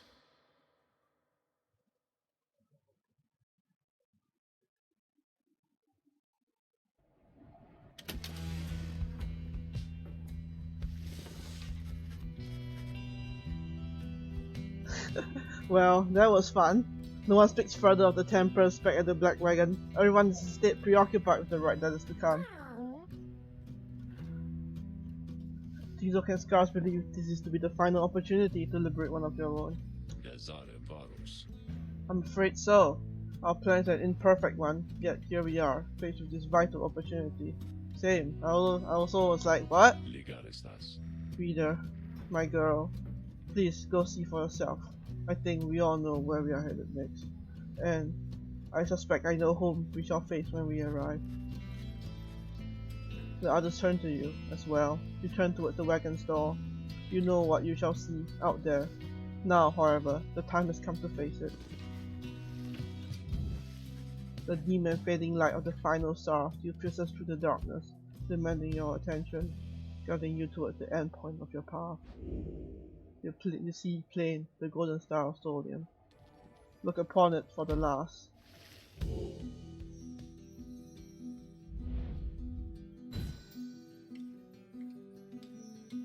Can't even see the stars anymore. Museum, the 25th of 12th moon, 837 AS. The last remaining star shall soon be gone. We have this one last chance to get out, one of us out. May the scribes be merciful to us all. Oh, well, they changed all the notes already. The accusers, their wretched traditions have given way to ruthlessness and spite. Prisoners of war whose hatred for the Commonwealth runs deep. Corrupted opportunities. Do they? Yeah. I don't know. They're all gone, eh? Citizens have no longer real chance at freedom before the rites have ended.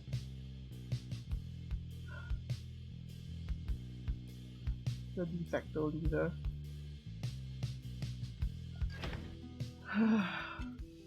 So we are here at the end. Enter the Titan Star.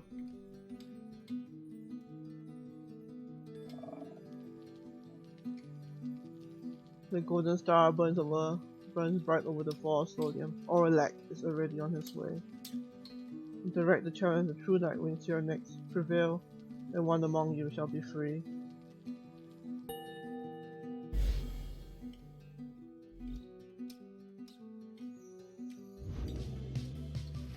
Yep, nobody. You are summoned to the false Solium for your 7th and final liberation rite. Thus shall the cycle of the rite be ended for an age. You sense that if the rite ever shall commence again, it shall not be during your lifetime or that of any of your companions, even the longest lived ones. The stars revealed to you one thing more. The adversary whom you face shall be Orlac. Already he has crossed Scribe's Gate and awaits your arrival. If the 8 scribes created the Nightwings in their own likenesses, perhaps it is only fitting that the Nightwings should, in the end, be forced to face themselves. Orlac, curse this damnable cycle, that it must pit us against him in this, our final chance. Let us retire for the night. We shall not have many chances more for rest before our journey is ended. The group disperses as exhaustion sets in. At dawn, you fly to Mount Arodale to make a final effort to achieve your plan.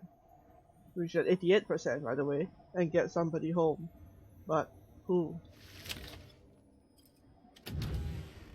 Nobody talk to me, eh?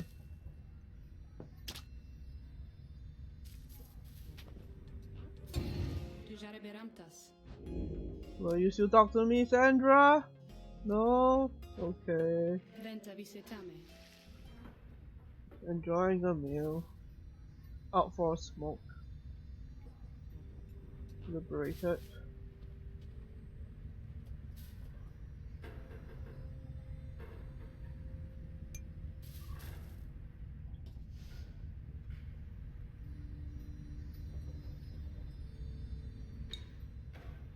What does Bertrude keep here anyway? I didn't even realize.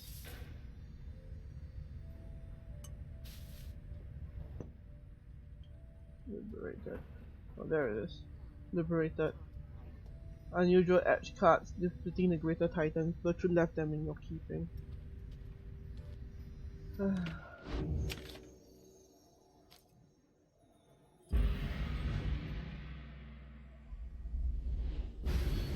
Foolish reader, your so-called friends, you are accomplice to their hateful plot.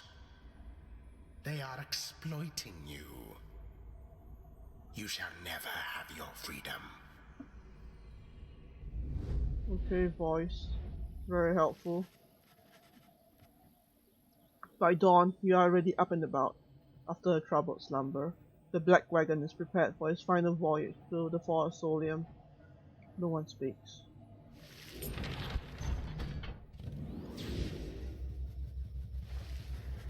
As you lift into the sky, the lone minstrel raises his voice, cutting through the somber mood. Reader, a certain Odin ballad comes to mind just now. I think it may befit the circumstance. Perhaps it may help to pass the time along our flight. Will you mind it very much if I were to play this song for the Night Winds? With your final voyage toward the chance of freedom, it is a time of quiet contemplation. By all means, a song from the Lone Minstrel may help lift the spirits of your companions at this vital time. The Lone Minstrel wishes to play his ballad. By all means, yes, play it. You urge the Lone Minstrel to play his ballad so that all among you might hear it. It begins without another word. It's a team song! When the stars align, the rites Shall come to death. Oh, I can't even dash. The sign, the exile shall be there. All of the same, we shall be as one. Freedom in the flame. The act has just begun. Strength may break alone, but within they shall break. Together on our own, the journey shall be made. I should not sing along this. I don't want to ruin the song.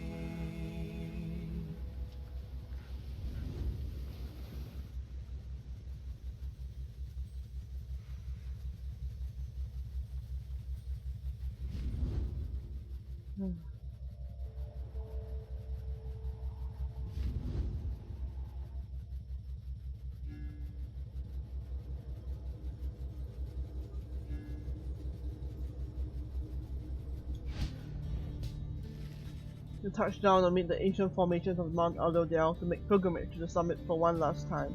There, one last liberation rite shall soon commence. There, one last exile shall regain his or her freedom. All others shall remain to carry out their sentences here in the downside for the remainder of their lives. And in the Commonwealth, the plan of which you are part, shall either come to fruition or shall be suppressed.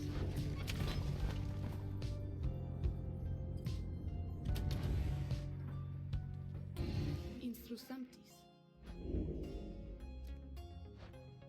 Varatruja Prastis. He doesn't want to talk to me. Sandra, why? I thought we were friends. And I didn't mean to do this again.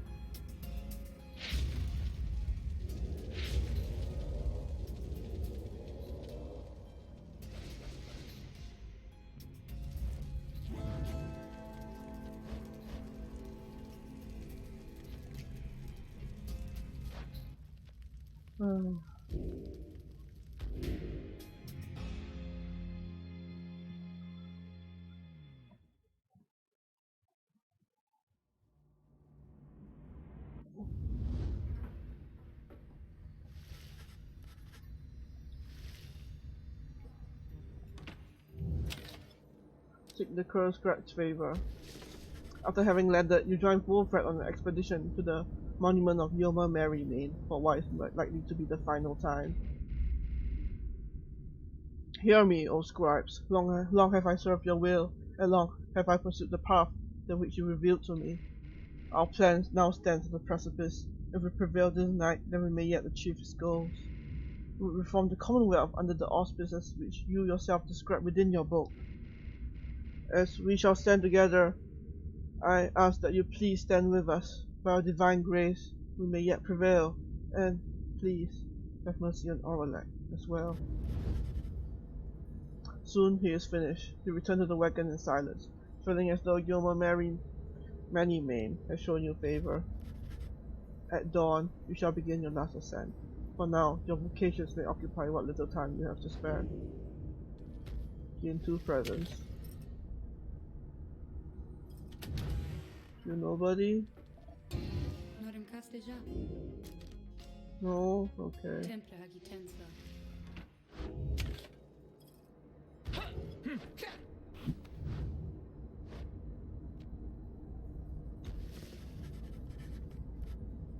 Wolfred gains a somewhat stronger grasp of how to battle past the celestial orb through strength of will and trust in one's triumvirate than through dexterity alone.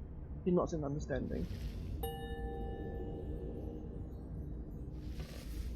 A most fascinating aspect of all of this, one I endeavor to continue studying for a longer time yet.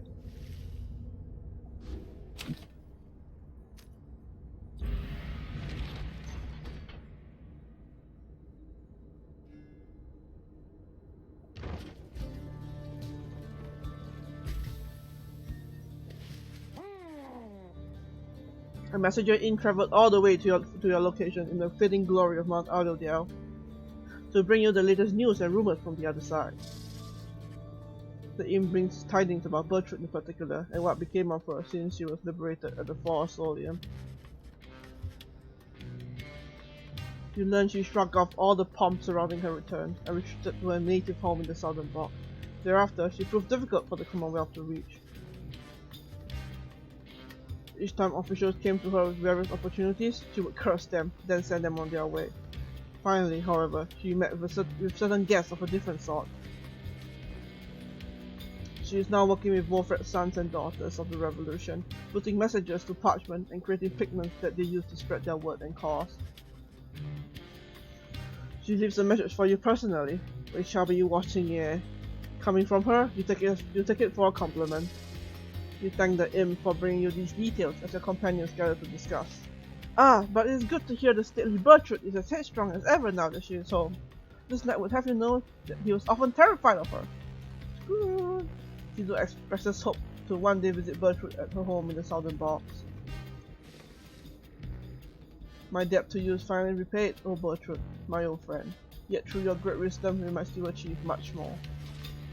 The news of Bertrude's liberation fills you and your fellow exiles with resolve. The messenger imp accepts a small bite to eat from you and heads off. Gain 1 hope.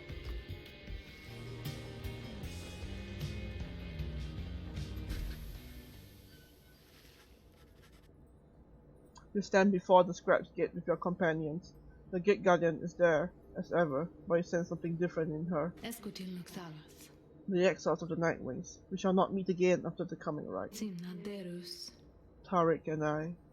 It shall be time we take our rest, I think. Salutiam, Ceres. Greetings, Celeste. I would tell you that the Nightwings are prepared, though this time I am uncertain anyone amongst us feels thus. Onfisacare. We have a duty to uphold, Tariq. Taruntadaje. And then what, Celeste? Petara nilum. And then nothing. Welcome back at the room, yeah.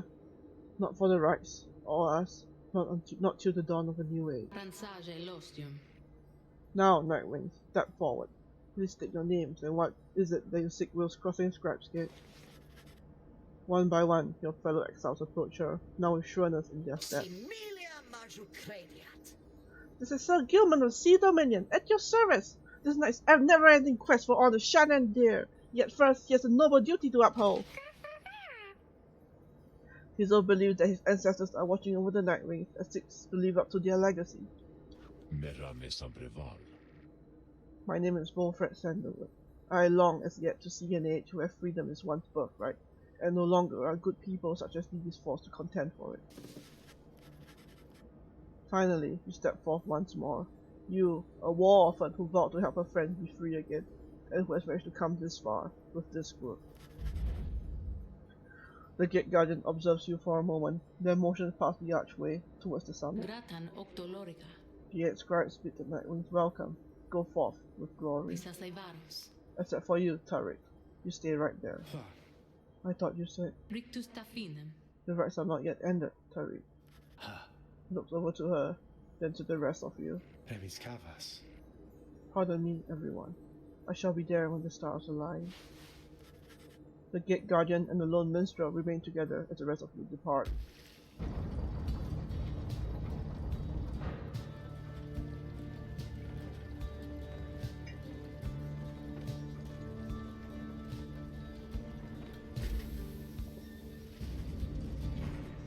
You have gained the summit of Mount Alodale for the 7th time, the final time in which any one of you shall have a chance to leave the downside. Oh, the Beyond the Crystal 6U!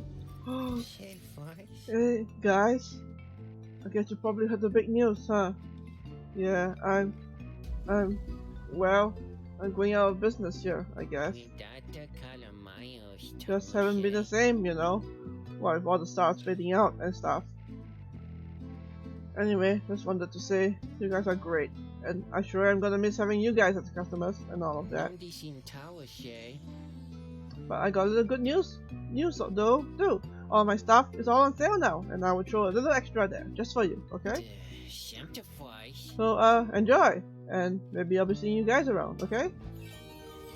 Henceforth, 5% off. Great. 20. I mean, there's really nothing that I need now at this point in time.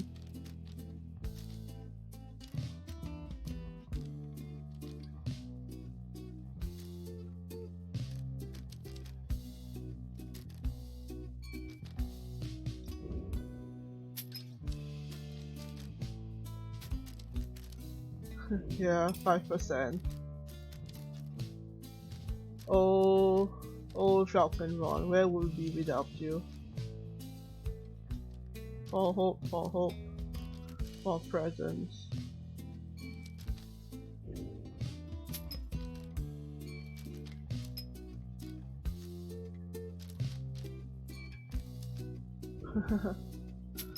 Yeah, right. How could you afford that? It's impossible. Tell all our friends about us, because I already told mine.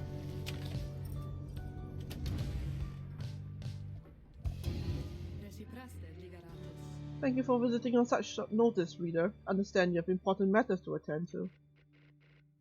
So, let me be blunt. Please, listen for a moment, then. I know this whole affair is coming to an end. All of it. I sense the binds that form the rites becoming weak. Which means, soon you will not need me anymore. Not that you have needed me at any point, but still, my services will not be of any further use. I would love to tell you that this means I shall be free from my eternal prison. For some of my beyonders, it shall be a release. My accomplices are bound by weaker bonds than those which have bound me. They shall fade away, I think, and finally rest. I, however, shall remain. She hesitates for a moment. Thus, I have a proposition for you. I do not know where you shall go from here, but I ask you to take me there, wherever it shall be. By that I mean, take this stone prison of mine, and keep it. Do not just leave it, as all your predecessors have, each time they stay among the Nightwings. By that I mean, take this stone prison of mine, and keep it. Do not just leave it, as all your predecessors have, each time they stay among the Nightwings reach an end. Soon, the Beyond the Crystal shall serve no use at all, except to keep me trapped. I am content to remain thus, for I have little choice, but I would prefer to do so in your company. For I do enjoy your company, reader. This may be not much of a compliment, but I assure you that I much prefer your company to eternity of solitude. I have no wish to see you gain in years, and to eventually decay, whilst I remain unchanging. But I should rather have more years whilst having contact, even if those years are to be brief. They shall afford me many more in which I might think back upon our times. Nor do I expect you to accommodate my needs, for I am well aware I have my limits in accommodating yours. That is to say, I wish you to go forth after this night, and live your life, however you see fit. For your own sake, may all this Rites business enrich your coming days somehow, and in considering that life after this night, if you think that there may be a place for it in me, if you think there may be a place in it for me, however small, then, once again, I simply ask that you take me along. That way, should you ever wish to visit me again sometime, you could, and I would like to have that as an option more than not. My request here is a selfish one, for there is little I can offer in exchange, other than what little my companionship is worth. Perhaps I could allow you to sleep once in a while. Who knows? You could always try to sell the Beyond the Crystal for a reasonable sum somewhere, or something to that end. There must be someone out there with an interest in this thing. So then, you have heard my settled proposition. What do you say? Sandra wishes for you to claim the Beyond the Crystal for yourself. Agree and do it. Why not? Sandra has proved to be a kindred spirit. You would rather not part ways with her. Decline with all respect. The Beyond the Crystal is not your property, nor Sandra's penance your responsibility. Nah, we do it! He grabs the Beyond the Crystal and sets it into the folds of your clothing. Sandra senses this and makes a sound as though surprised. Thank you, reader. She's at a loss for a moment. Then, let us go then, from this place. Go and face your last remaining adversaries. May you crush them under heel and achieve the outcome which you seek. I believe you shall prevail. She disappears into the stone for now. You took the Beyond the Crystal with you.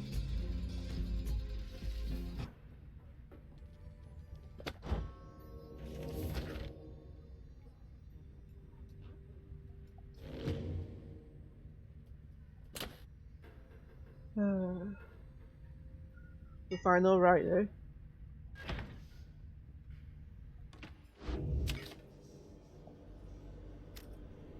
Commence the final liberation. This is your final opportunity to liberate one of your fellow exiles and help fulfill Wolfred's plan.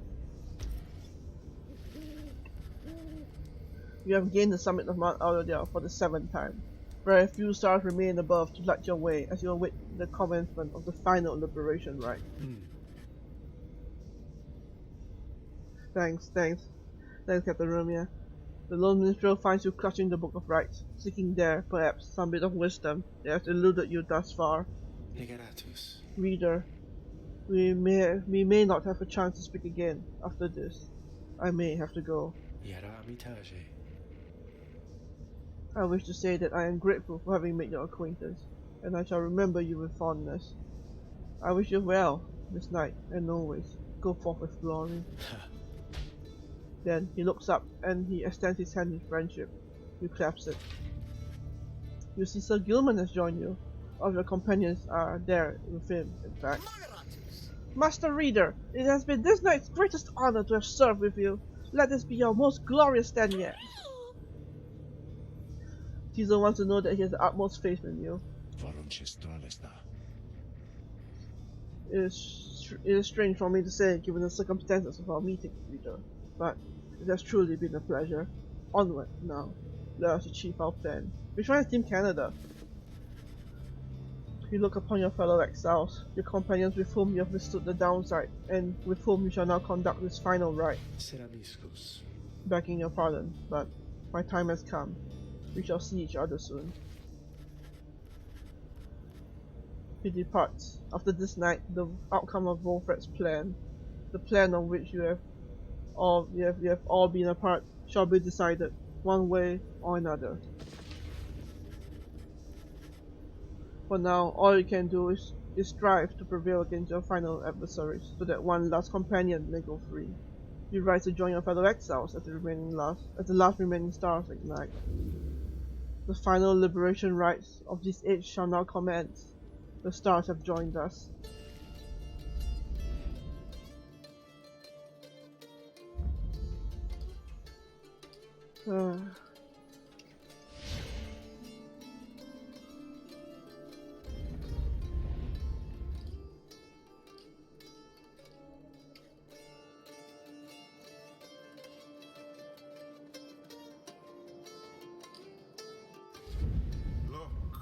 For one last time, upon the fall of Solium, dear reader, hear me for one last time.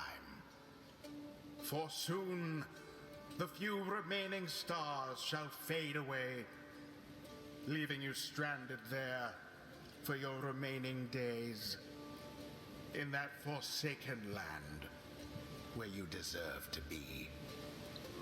The rabble that you roused here in the Commonwealth shall be put down. The exiles whom you liberated, all shall fall in line. But first, let us get on with this last liberation. I guess they just you kind face none other than yourselves. of just give up, I Each guess. so unlike the glorious night wings of yore. 'Tis a shame that one of you shall soon be free, for you deserve each other. Voluta lorgas. The pyres burn, and each of the triumvirates is present and prepared. Not before the lone minstrel can concur as per the custom. Not another word! The demon Orlac slowly raises his clawed fingers to his mask. The 12 night wings have arrived, at last. Long have I awaited this. My freedom once was stolen from me. Then I was cheated of it here, upon this mountain top. You may now attempt to take it from me once more. He stands there for a moment, silent. Then Orlac dons his mask and stands prepared. May this damn rite cease forever for the misery which they cause. Nightwings, we shall not meet again after tonight, for the cycle of the rites is all but ended. Thus, I would have your decision. On whose behalf shall you conduct this final liberation rite? The one whom you anoint, or the exile? The one whom you anoint, or the exile Orlac, shall be returned. Godspeed, reader. You know what is at stake better than I. I have utmost faith in you to make the best decision, and conduct this rite with glory. Nightwings, the stars remaining light grow steam. Your decision, please. Your decision. It is time now to choose who, if anyone among you, shall go free this one last time. The rest of you shall remain the downside to the end of your days. One by one, you meet the gaiters of each of your fellow exiles. Tizo, Sir Gilman, Wolfred, your fellow exiles, your companions, your friends. Together you have come this far, but now the downside and the rites conspire to tear your group apart and disrupt your plan. Are you prepared to choose this one last time? It seems both cruel and unfair to have to make such a decision. Is there no other way? The fate of your friend and the Commonwealth may hinge on the decision you are about to make. No! It's too much! Having to make this last decision is unconscionable. It is too much. You have to take. But then, you sense a reassuring voice enter your thoughts. Do not give in, reader. Do not give in. We stand with you. The choice you are about to make However you shall go about, and whatever the outcome, we understand. And so, you need not hesitate, and you need not explain. So, please, trust in yourself. For all the rest of us, we trust in you. You reconsider what you are about to do, you cannot back down. There are times when, despite yourself and all your fears, you have to take the side of courage. With but a glance, you reassure your fellow exiles that you know what to do. One final opportunity for salvation. Too bad for the rest of you. Demon physician, Lenoriel. 18 years. He was repulsed by what he saw in the blood border, which stirred in his heart a yearning for greater peace. He tried to use his influence to negotiate the treaty with the harrowing remnants, but not everyone was swayed. One day, he received direct orders to return to the front. When he refused to soil his hands again, they cast him down. There, in time, he became affiliated with the Nightwings, and grew to become one of their finest rites conductors, until tragedy struck, and he was left clinging to a life at the foot of the sacred mountain.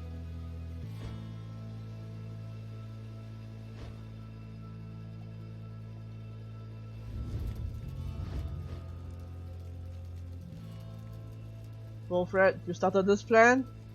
You better go back there and end it. Wolfred. Long have I dreamt that I might someday see this plan of ours come to fruition. I promise you that I shall make the most of it, if we are to prevail. Your choice is cast. As for your other companions, you sense a clarity of thought and purpose in each of them. They stand ready to support Wolfred, and until you need more water, give me a second. As well as you. Who shall be at his side?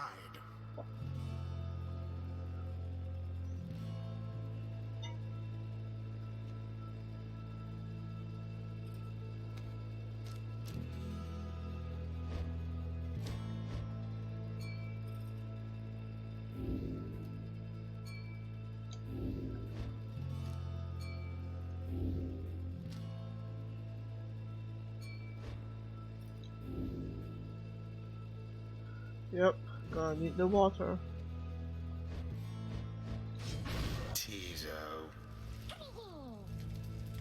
Tizo's ready to do whatever it takes to see Wolfred regain his freedom this night. Sir Gilman.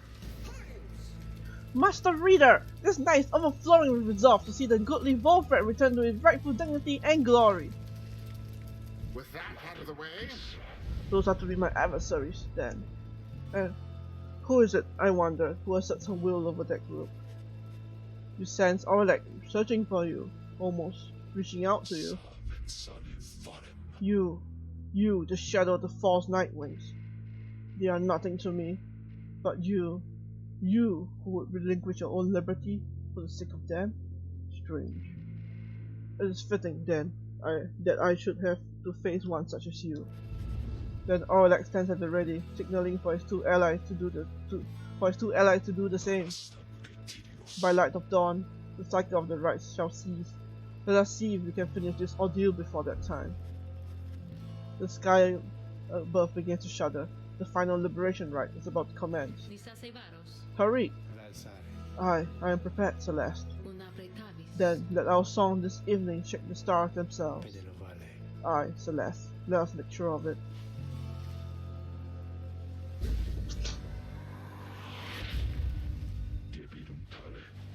I am disappointed to see you here, Tizo, opposing me once more. Tizo is very upset and calls for Orlek to cease speaking with him.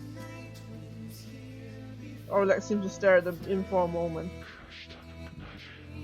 It is a shame that you are caught up in the middle of all of this, little one. Little one, your mind has been poisoned against me. Tizo insists that Orlek is wrong and urges him to stop what he is doing. I am sorry, Tizo. Now, I shall only say this to you once. Stay out of my way. the final chance at liberation for the age.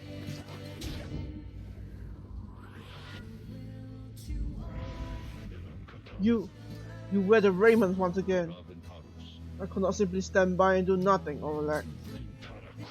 Yet, that is what you did when we last stood together on this blasted mountain. I fell. You simply stood. Oralek, what shall it take for you to be convinced I took no part in your betrayal? Oralek seemed to consider the question, but only for a moment. Give me my damn freedom. Let me prevail, here and now. Will you promise to uphold our plan? Oralek and Wolfred dream to one day see the Commonwealth stand to a surer cause, to bring about a better Commonwealth. No, I make no promises. I owe you nothing. Then, I am sorry, Oralek. My love of country comes before all else. More than your freedom, then our friendship is at stake. Your love be damned, Wolfred. Last stand of adversaries dead.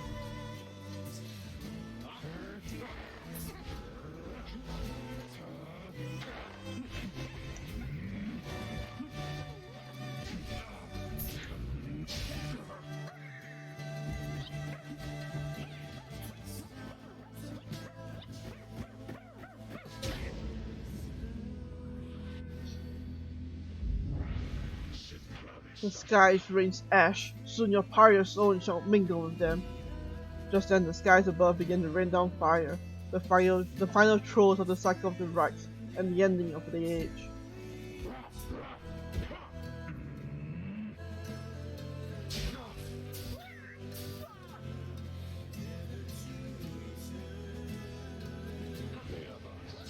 Oh shit.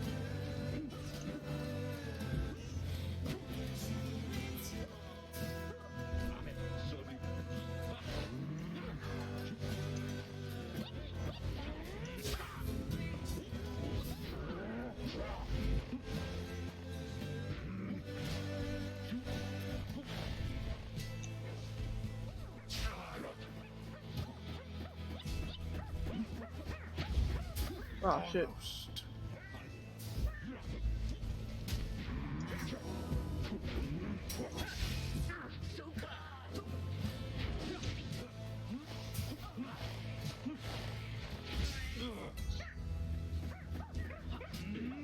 Yes. Oh shit.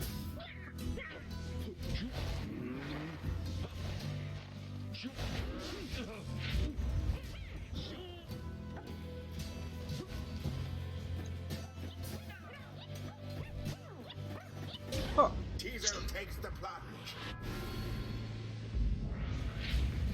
I wonder, shall the Nightwings press their luck?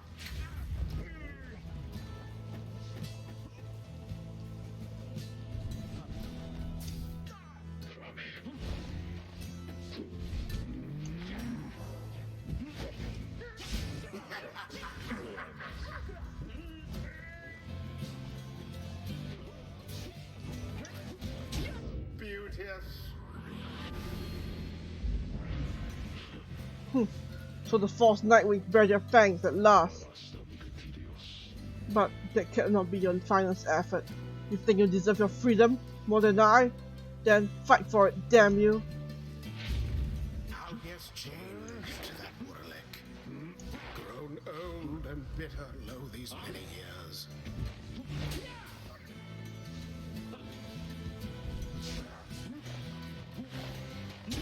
Oh my word.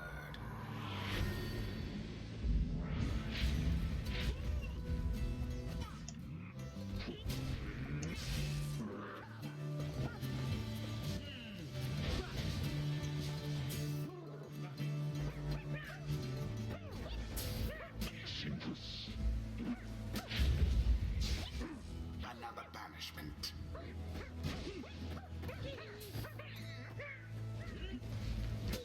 Oh, you poor Nightwing. Their aim was true, and thus your pyre wanes.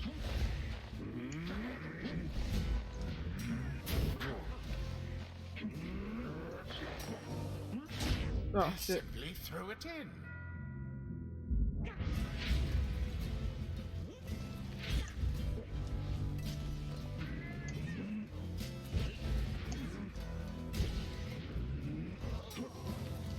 Be gone, you lot. Oh shit.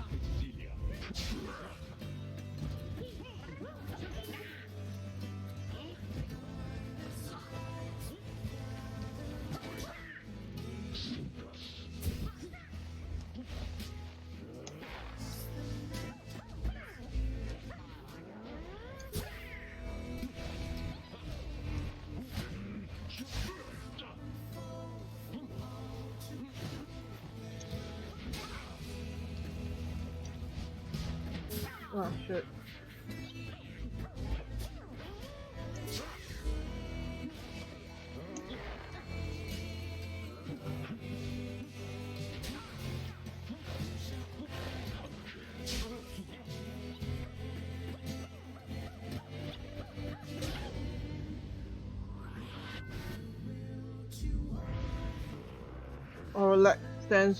Orlek stands, breathing heavily. Yeah, he did.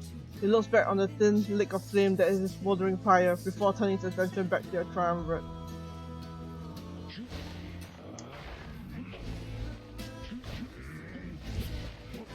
Oh shit.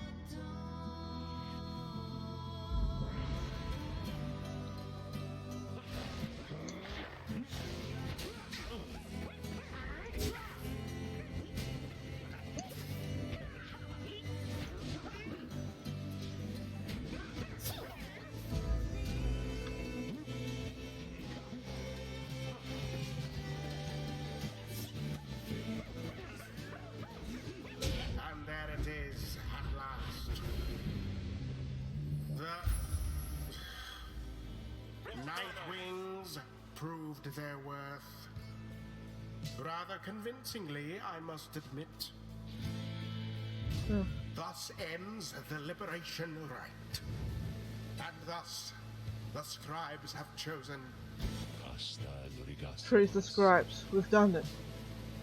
You look upon Volfred for what you expect shall be the last time you see each other. Any moment now, the Shimmer Pool shall engulf him. Any moment now, he shall return to glory and join his agent in the Commonwealth to help achieve the plan. Any moment now, the cycle of the Rites shall end, until at least the dawn of a new age. Any moment now. And thus, the scribes have chosen. And thus, the scribes have chosen. And thus, the scribes have chosen. Oh, Nightwings. Reader, what have you done?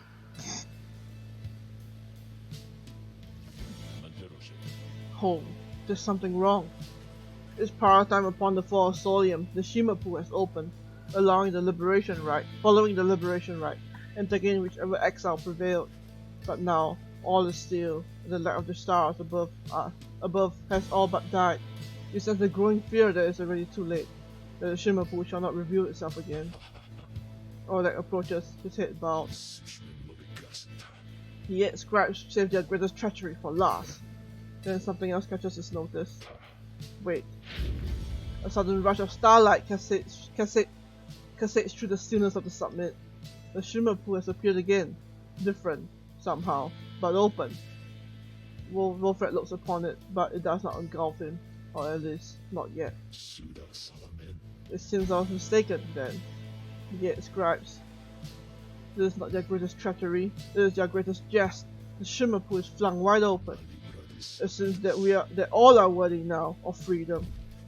Orlek strikes toward the Shimmer Pool, but halt, Orlek. Orlek glances over at the lone minstrel, almost in surprise. The Shimmer Pool has lost most of its strength. You step inside, and you shall surely drown. Of that, I can assure you. He laughed to himself at this. Then, we have all been cheated. No, the Shimmer Pool is revealed, and one of you may still return, as planned. But, as for who returns, someone shall have to choose. The last light of the stars. The last light of the stars is extinguished, and the rite ceased to be. This is the final trial of the scribes. The final trial of the scribes. Then, our confrontation at the liberation rite. It was all meaningless? It all was meaningless? No. The victor of the confrontation is to be the one to make the choice among the closest to the scribes, either anointed or she who anointed them. So the choice is mine to make. My freedom, weighed against the readers. Is that it? It shall be either you, the reader, or it shall be either or. Wilfred, please make your decision quickly, lest it shall be forfeit. I do not know for how much longer the light of the stars shall offer you this gift. A snap decision, then. Fine, I have it made. Reader, my girl, this chance at freedom that we've earned is yours. Take it, now, and make good use of it, for you, and all of us. Wolfred wishes to give up his freedom so that you may regain yours. Very well. Reader, madam, the choice which Wolfred made, or rather, the choice which he gave, it is now yours to make instead. This choice, it may keep bouncing back and forth like this, absurd.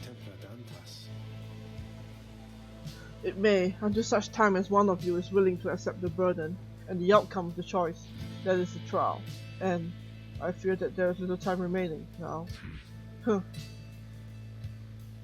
Reader, if you and your companion are too cordial with each other to accept that freedom, either one of you, then I shall gladly take it. Freedom ought to be more than some flirtatious trifle to exchange. Reader, what is your will? Oh shit! Who shall finally go free? Yourself, this is your chance, and Wolfred wishes that you should take it. Choose Wolfred, your intention this night was for him to return to glory, and it shall be done. Choose Oralek to earn his rightful freedom long ago. He deserves his justice. Who?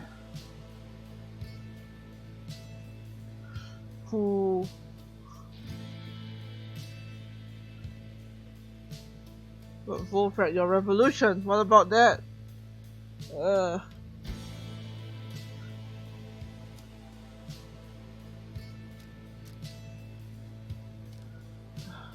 Oh, Wolfred, you started your revolution, as I said before.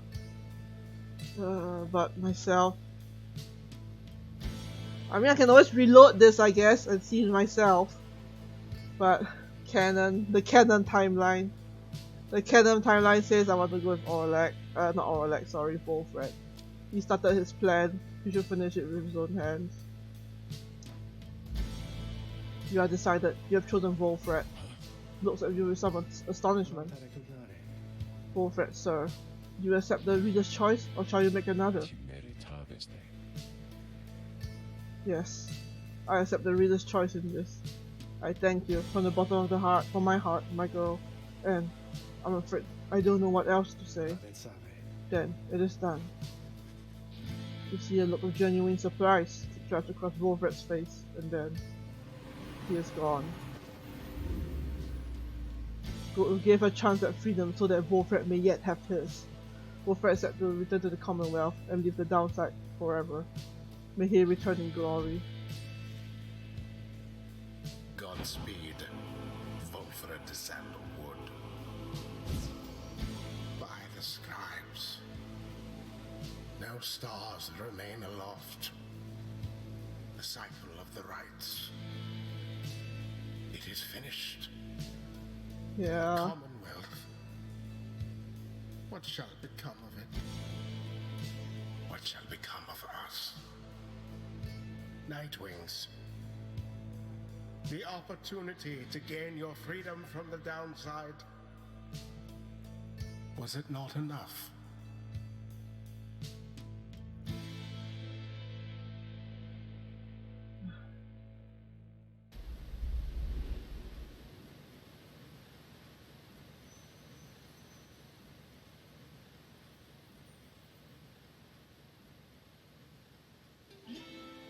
The night the exiled Wolfred returned to the Commonwealth, he was to be the last. The stars had faded and the cycle of the rites had run its course.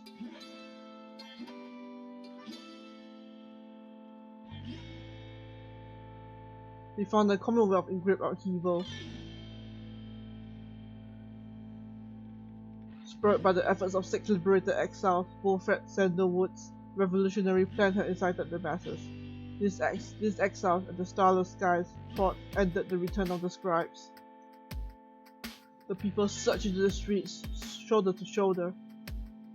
Led by the 6 exiles, their voices shook the heavens. The leadership of the Commonwealth panicked.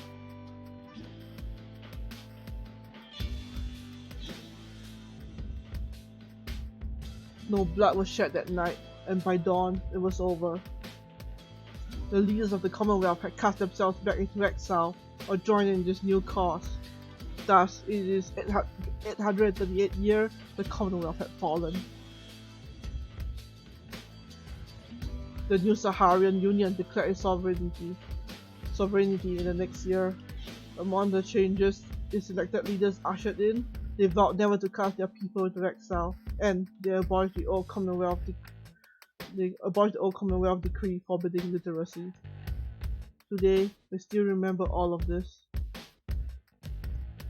We remember the exiles of the downside, whose deeds led to the dawning of our age, whether they return or not. Oh, you get to see what happened. Once the rites had ended, the imp Tizo had a job to do. Quite unlike most exiles trapped forever in the downside. The lone minstrel Arjay watched over the Black Wagon, which the Nightwings had used extensively for travel and for shelter all throughout their quest. Tizo obliged for he knew that wagon as well as its driving inhabitants perhaps better than anyone. What became of the wagon exactly was never verified as evidence of Tizo's thorough work. After that, he liked to while away his days with any of his friends, or else with fellow imps. Fred Sandalwood would sometimes send him little gifts all the way from the downside. Despite the insurmountable distance between them, their friendship proved more than resilient.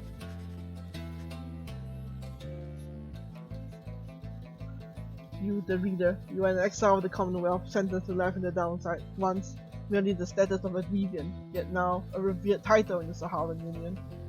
He often chirped about the reader of the Nightwings, with whom he built quite a rapport. A reader understood him perhaps better than anyone. Indeed, Tizo would often express wistful gratitude for all his time with the Nightwings, and there are many adventures throughout the land that was always his home. Other than that, Tizo would sometimes help interpret messenger imps relaying news to and from the Saharan Union. Our nation formed in 839 AS after the fall of the Commonwealth. One day we may all stand shoulder to shoulder with a common cause. Despite having gained significant celebrity aboard, he never let it go to his head. And he would go fishing in the Sea of Solace at every chance he got.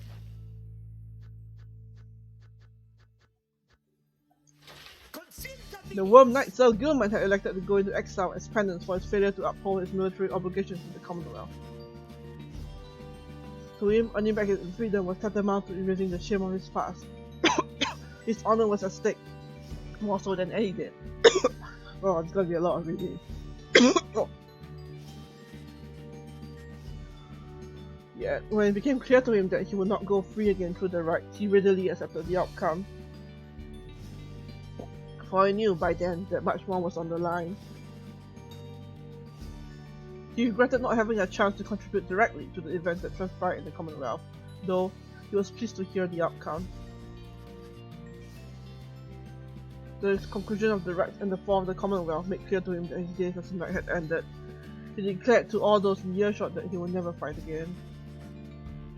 Unless, of course, there arose some other extraordinary set of circumstance, again requiring him to fight, but he certainly hoped not. He still trained regularly, though never found as skilled and motivating of a partner as his fleet-footed friend, Booty Greentail, whom he remembered fondly. He was always grateful for the counsel of the reader, and would regale her over and over about the time they squashed the spawn of the unfathomed Tuoness. He wasted no time dwelling on his days under the leadership of Sir Deluge, his former commander. The other Worm Knight stayed well clear of him. Yuman never did return to his homeland of the Sea Dominion, and was content to live a monastic life on a small residence in the hills. It was just high up enough to make him keep striving to conquer its fear of heights. Other than that, an intense daily training regimen and the occasional visit from an old companion was more than enough to keep him optimistic and engaged. He knew by then that honor was not something to be won, but a contract with oneself to be renewed each day.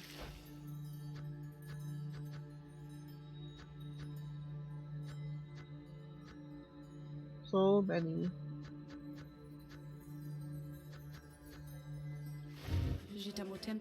After the cycle of the right ceased turning, records of what happened to the Black Wagon of the Nightwings became inconclusive and contradictory. Some accounts suggest that the exiles of the Nightwings, who remain in the downside, continue to make use of the Black Wagon as their place of shelter and their means of travel. However, there is no record of what happened to the wagon's contents, such as the Book of Rites or the Beyonders Crystal, said to be haunted by the apparition Sandra the Unseeing.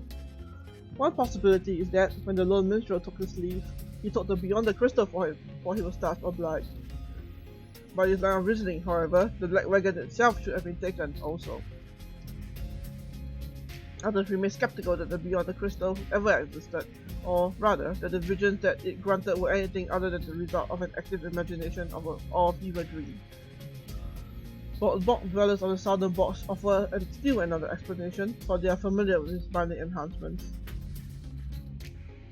If there existed such an object in which the Sisters of the Arch had been expelled for more than 800 years, then the enchantment could have expired along the light of the stars. What this would have meant for Sandra and the Beyonders is difficult to say for certain, other than it may have meant that they were finally released. Nevertheless, the fates of Sandra and the Beyonder Crystal remain unknown. Yet, those exiles of the Nightwings who claimed to have seen this apparition, or spoke of her with degrees of reverence, or perhaps a little fear. Can you believe this, reader? Honestly, Sandra has appeared before you, as well you can see. They are so far from the mark with all this nonsense, I want to laugh. In fact, here goes. She laughs. She is referring to the account of her. You sense she does not care for it. Well, let them gossip all they like. I merely wish that they would mention you, at least in passing, when next they are at it. Though they shall never know even half of it, shall they? Sandra seems irritated by the incomplete account of what happened to her.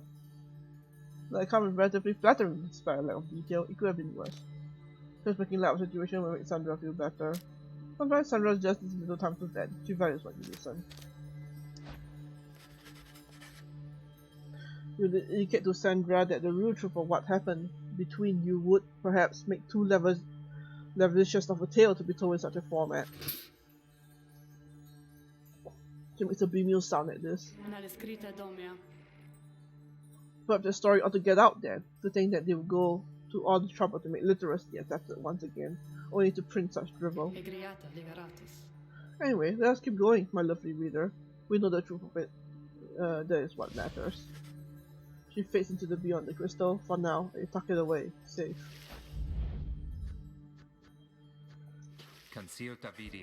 After this liberation, Hedwig was instrumental in the event leading to the fall of the Commonwealth and was vital to the outcome of the plan.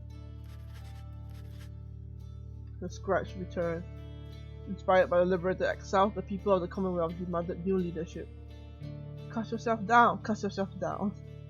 The peaceful outcome of the scribes' return was attributed to several key factors. One of them was the underlying ambition of the plan itself. Another was Hedwig's visibility among the people in the streets. Identified to be a liberated exile, who was believed to be Gorgolantian reborn. More importantly, however, was that one of the winged harps of the hiding remnants accompanied him. He was later identified as Funaki Shang. Their bond was symbolic of what was at stake at night, and proved vital to the peace that followed. In all his days as the leader of the Saharan Union, Hedwig confided in his friend Judario. Despite her intense manner, there was no one whom he trusted more in times when circumspection was required. Hedwig would often think back about the vow he made at the beginning of his quest for freedom. Although he cherished all the friendships he made, he had pledged to Judario, Rookie Greentail, and the Reader of the Nightwings that they might be all free again, together. He had broken that vow, for, in the end, not all of them were able to return. A terrible guilt over this darkened his mood for a time. However, the others who still knew, lifted his spirits, much like he had often lifted theirs. All of the Nightwings knew the stakes. While the others who stood with the Nightwings were not all able to remain in contact. Thus, Hedwig thought of each of them often, and so, in turn, they did often think of him. After Rookie Greentail earned back his freedom, he returned to a lavish welcome ceremony in the Commonwealth, as was a tendency for liberated exiles. It was everything he could have hoped for, and soon he was well off, surrounded by luxury, and choosing between various exciting opportunities. However, he must have given in to his better judgment, as he did end up sliding with Wilfred Sanderwood's revolutionary forces, as he promised. On the night of the scribe's return, Greentail was there with the others, inspiring the masses. He never looked prouder, the very image of Yoma Merrymane himself. When dawn finally came, it became clear that the Commonwealth that everybody knew would be no more. He realized many new opportunities awaited. He began quite a lucrative career for himself, manufacturing and selling replica merchandise inspired by the downside. His main struggle was to meet demand. An aspect of his conscience cautioned him against making light of such a thing, but the money was too good, and soon his family was as well off as he's always said. One of his orders of business was to seek out one of his own companions, Permitatigin, to whom he took a liking during their quest for freedom. They bonded further over love of drink and supported one another through uncertain times that lay in store. Greentail always did his best to keep in touch with all his many friends, and knew that he owed his fortunes to them. He made a special point of staying close with the group of friends he came to know so well during his time with the Nightwings, wherever they are. They shared a special understanding that put even Greentail at a loss for words, sometimes. Yeah, these are all the Nightwings. Concealed Tavidias? The Commonwealth had never provided a sense of home for the one they had called Tay the Tattle, so she was surprised, on her return, that she was so well treated. She felt uneasy about it. And, besides, she knew that she would do her best to fulfill the pledge she had made to her friends. Even she could not have suspected the impact she would have on the events that followed, which gave rise to our Saharan Union. Despite not fitting the image of any of the 8 scribes, Tay nonetheless stood out alongside the others amid teeming masses on the night of the scribe's return.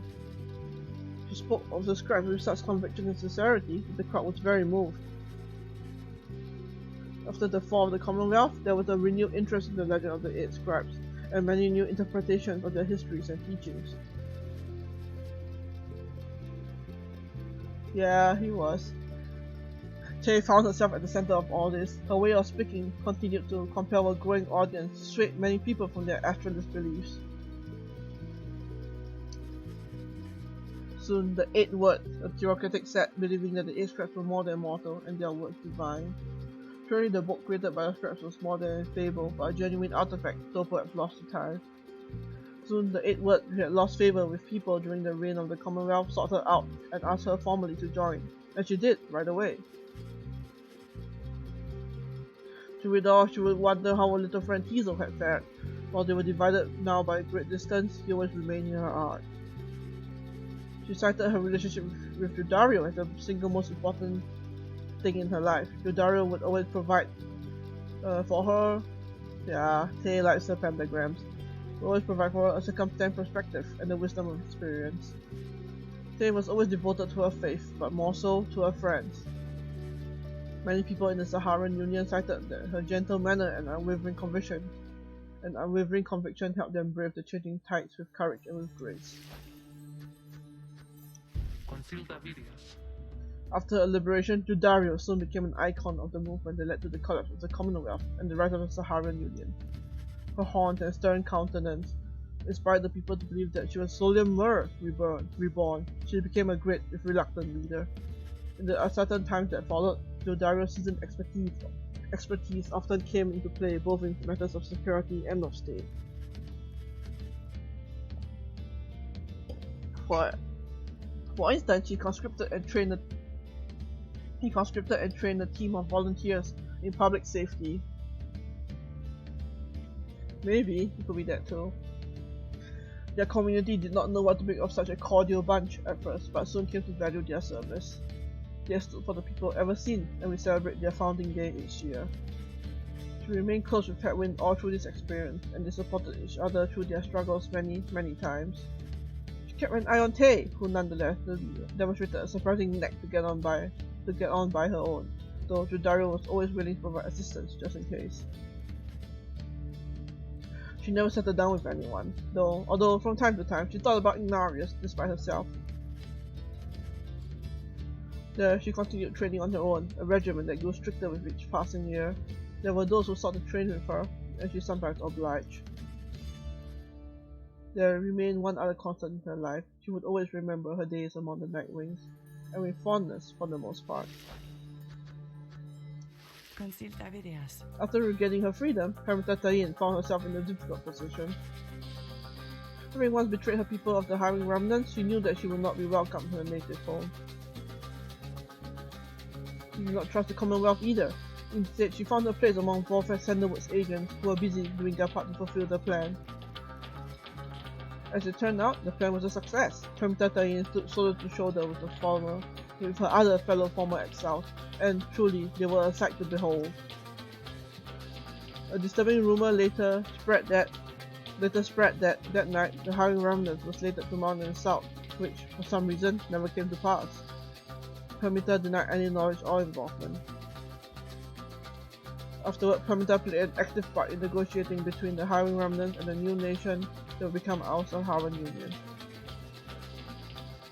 Her previous attempt at something of the sort led her to exile. She must have felt some satisfaction to succeed this time around. Someone with whom she kept in contact was the brother called Big Bertrude. They would discuss all sorts of matters long into the night, and sometimes hunt together too. Sometime later, Pyre had an unexpected run-in with Rookie Grintail, with whom she had spent a fair amount of time while traveling with the Nightwings. Under this new set of circumstances, it turned out that the two had more to talk about, and rather more in common.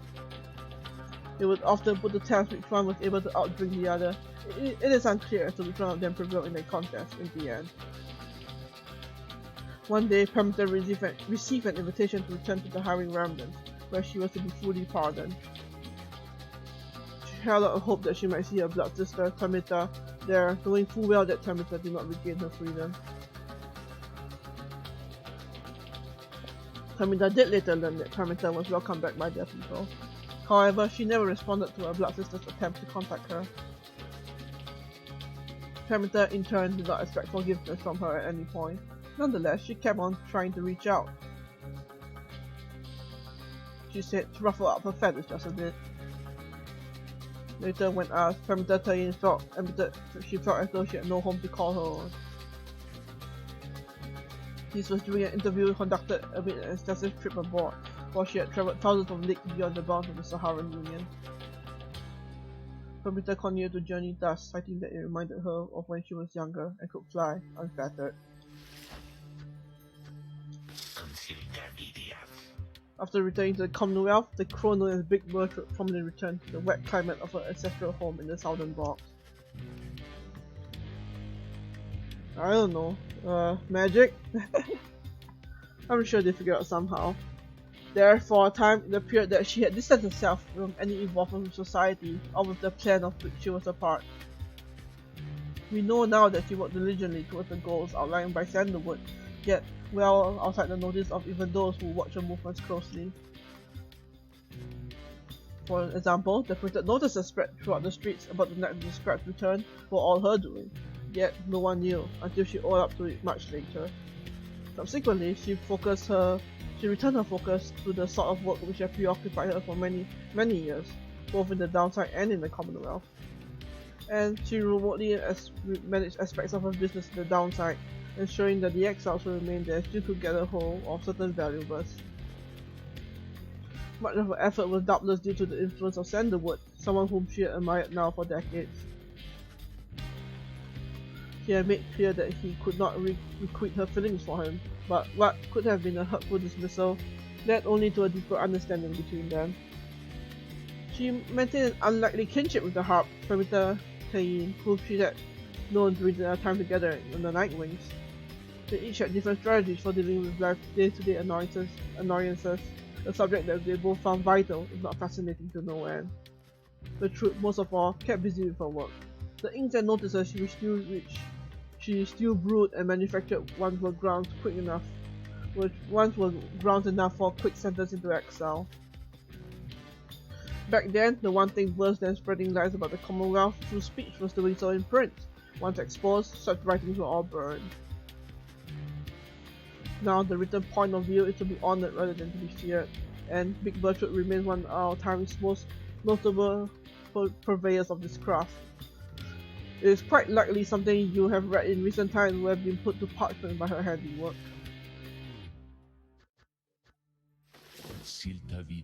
When Wolfred Sandalwood regained his freedom, he knew that his work had only just begun. The nation that exiled him to life in the downside now prepared to honor him, but he was not interested in such ceremony, nor in freedom on the Commonwealth's own terms. He soon rejoined his agents, with whom he had been coordinating for years, slowly, carefully preparing for a night that soon would come. For Sandalwood and his loyalists and sympathizers, true freedom was at stake, not just theirs, but that of everyone living under the Commonwealth. He hoped to gather liberated exiles representing each of the 8 largest ethnic groups composing the population of the Commonwealth. They would stand together as a vision of the 8 scribes returned, inspiring the masses to embrace an older set of values from before the Commonwealth had tightened its grip. But with the Rites having ended sooner than expected, this optimal scenario became impossible. But Sandalwood did not relent and prepared to execute his plan, imperfect though it was. On the night of the scribes' return, he stood as one of the 6 former exiles of the Nightwing, and their voices echoed together through the streets. These former exiles who ought to have disappeared into the ranks of the Commonwealth's own leadership now stood united with its people, who poured from their homes in solidarity. It was imperative to Sandalwood that this stand against the Commonwealth be peaceful in its nature. An overwhelming show of popular support would be more than enough. Ensuring this was his priority that night, and in the end, the result was self-evident. The plan's goal had been achieved. Sandalwood's work was far from over still. He labored ceaselessly with representatives from across the population to restore a sense of stability. This transitional period had its troubles, though none that were not quickly solved, such as the will and the spirit of the people. They understood their freedom carried new responsibilities.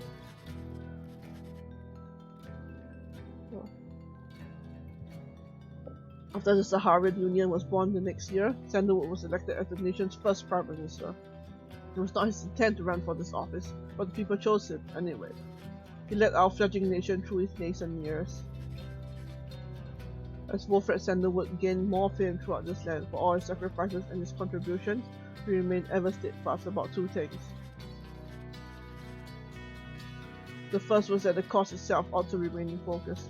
The freedom that people had achieved, it was a gift to be cherished, a set of values that needed to be nurtured. The second point he made was that he himself had little to do with the outcome. He would often praise the exiles of the Nightwings who had stood with him, which in turn, by name, he never forgot any of them. On his birthday, the people of the Saharian Union presented to him a monument depicting him and the Nightwing as imagined in their prime. It has since ensured that those of us with memories more fallible than that of Sandalwood likewise remember the achievements of his fellow former exiles and our cause.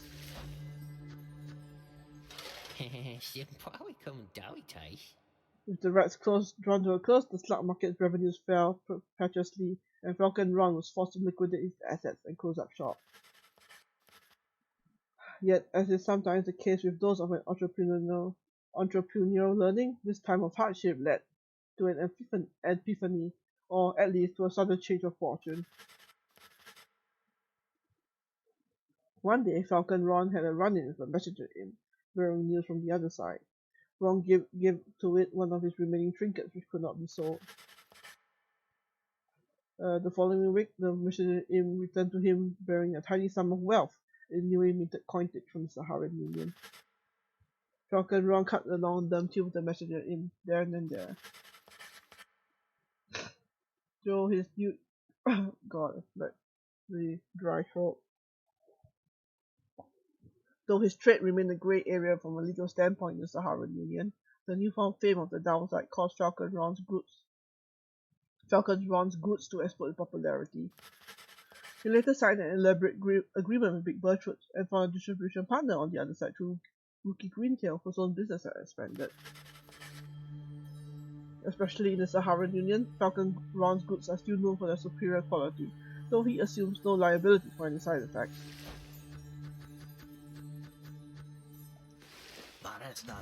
As the cycle of the rites drew to a close, it grew evident that a chance at freedom from the downside had forever slipped from Delbert and Alma Ohart's grasp. Thus, they and the exiles of the fate returned in Yoma Valley. There, they struggled to get by as exiles of the downside tend to do.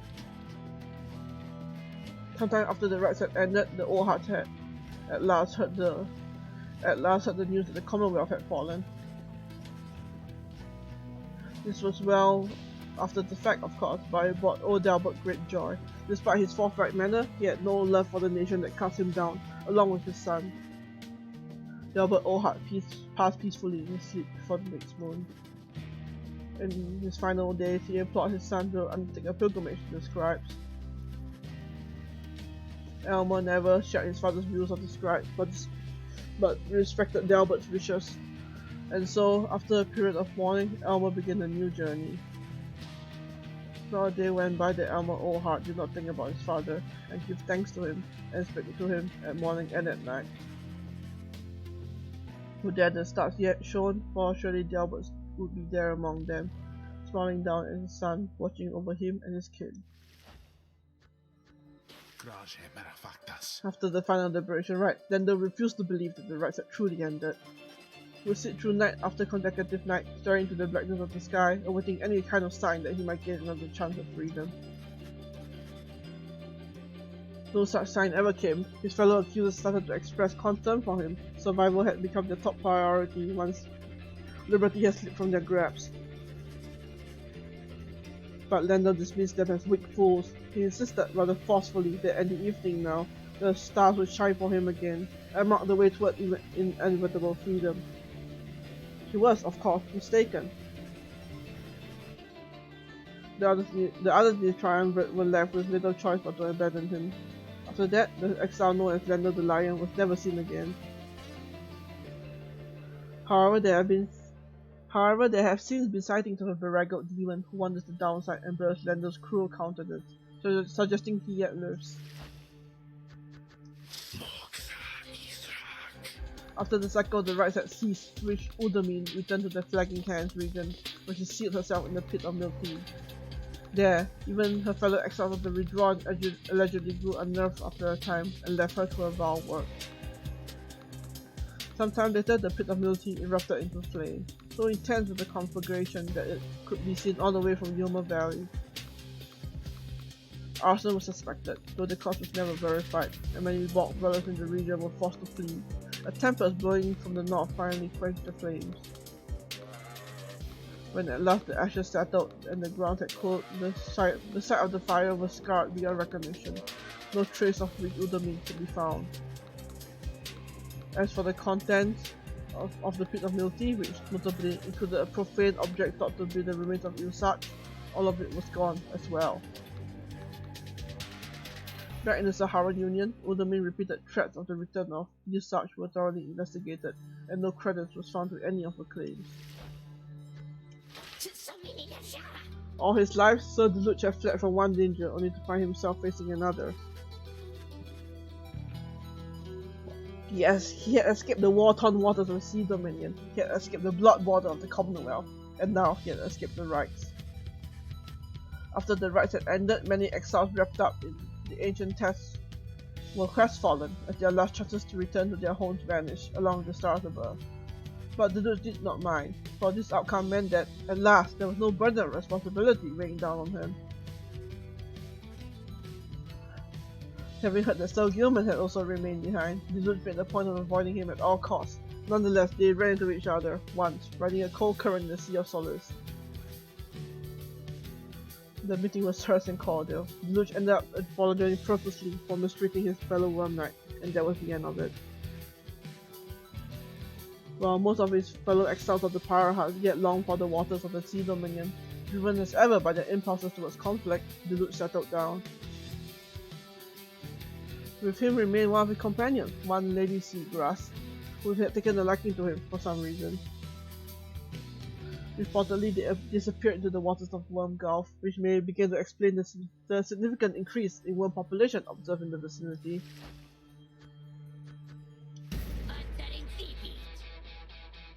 Dr. Ashport never had much interest in returning to the Commonwealth, for he always found its vitals to be stifling, so when the rites ended, he did not care at first.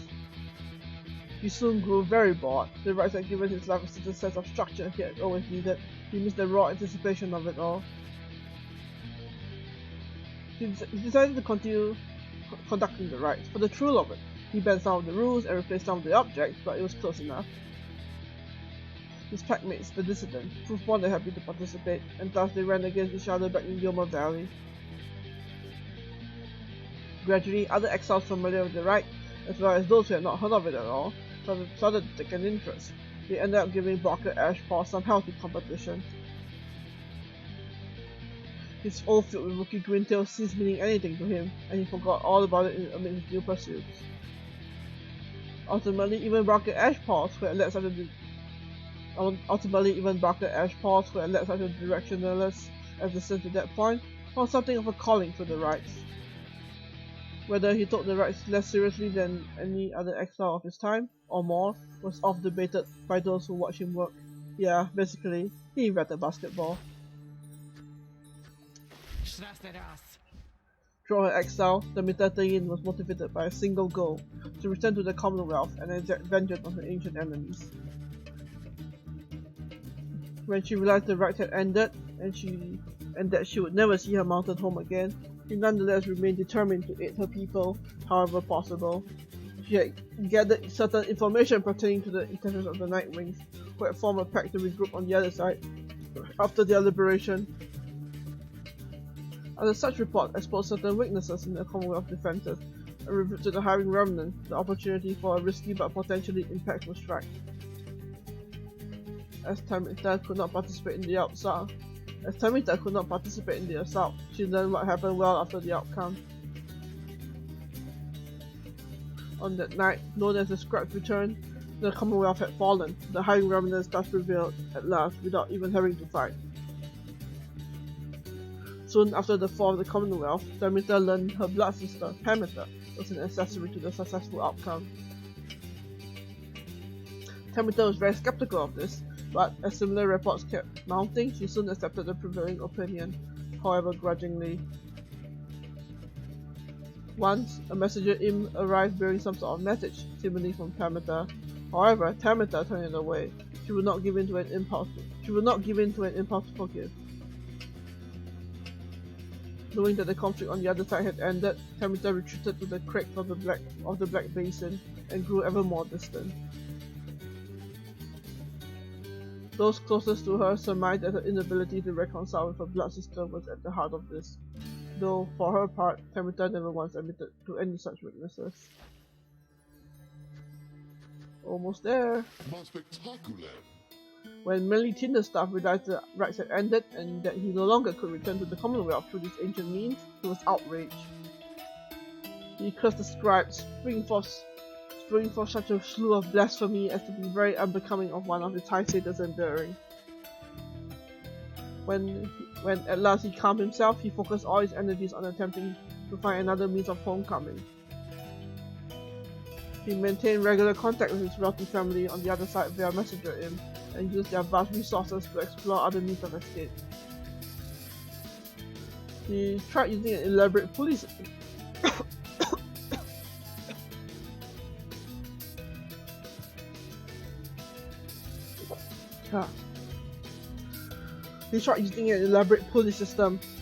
He attempted to retrofit a flying black wagon with superior propulsion.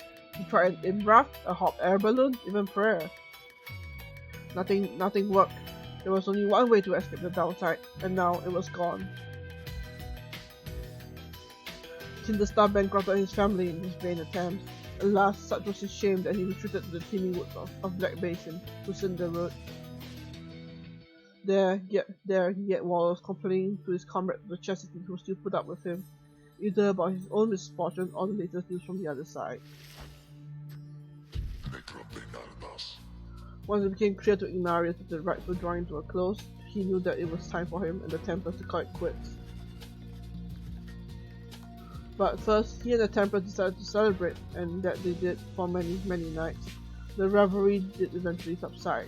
The exiles parted amicably and went their separate ways.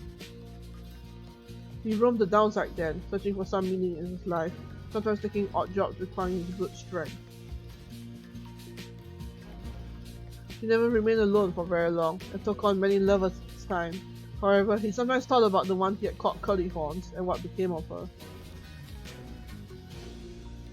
Though his glory days as the most powerful conductor of the rites had long since passed, he always enjoyed the fearsome reputation he had cultivated at that time. Oh, Oralek, what happened to you? After the shimmer pool closed for what would be the last time, Oralek looked around him in the flickering light of the Nightwing's still burning pyre. He then turned to the Fall of Solium and looked up toward the black, starless sky. He cursed the 8 scribes then, one after the other. After that, he strode forward towards the waters coursing from the side of Mount Aurodial, and without hesitating, he cast himself down. Oralek's body was never recovered. The drop from Mount Aurodial does not appear survivable, though Oralek did survive it once. That time, however, he was filled with fury. Such was the betrayal he had suffered when his fellow exile claimed his rightful freedom. This time, Oralek was filled with nothingness, and chose to leave the downside in the one way he still knew he could. The other Nightwings who were witness to this never forgot what they saw.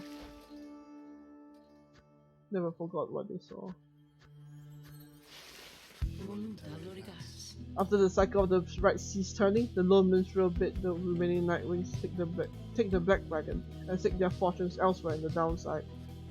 Their parting was heartfelt but brief. He remained there at the summit of Mount Aurodial with Celeste, where the two of them would chronicle the final outcome of the cycle. Neither Tariq nor Celeste were ever seen again. We know all this now through song attributed to them. Some claim this song originated in the taverns of the Saharan Union and merely were imbued with the weight of folklore. However, exiles liberated from the downside corroborated each other's claims at having met this duo that presided over the liberation rites. Another folktale suggests these minstrels were heralds of the scribes. Having fulfilled their obligations, they departed the world we know and rejoined their patrons. One famous song describes another, simpler outcome, and the two gave up their duties to the rites in favor of a life that they could share together. In any case, they are likely to remain the subject of such verses and songs, for it was they who watched over the rites and ushered in our times.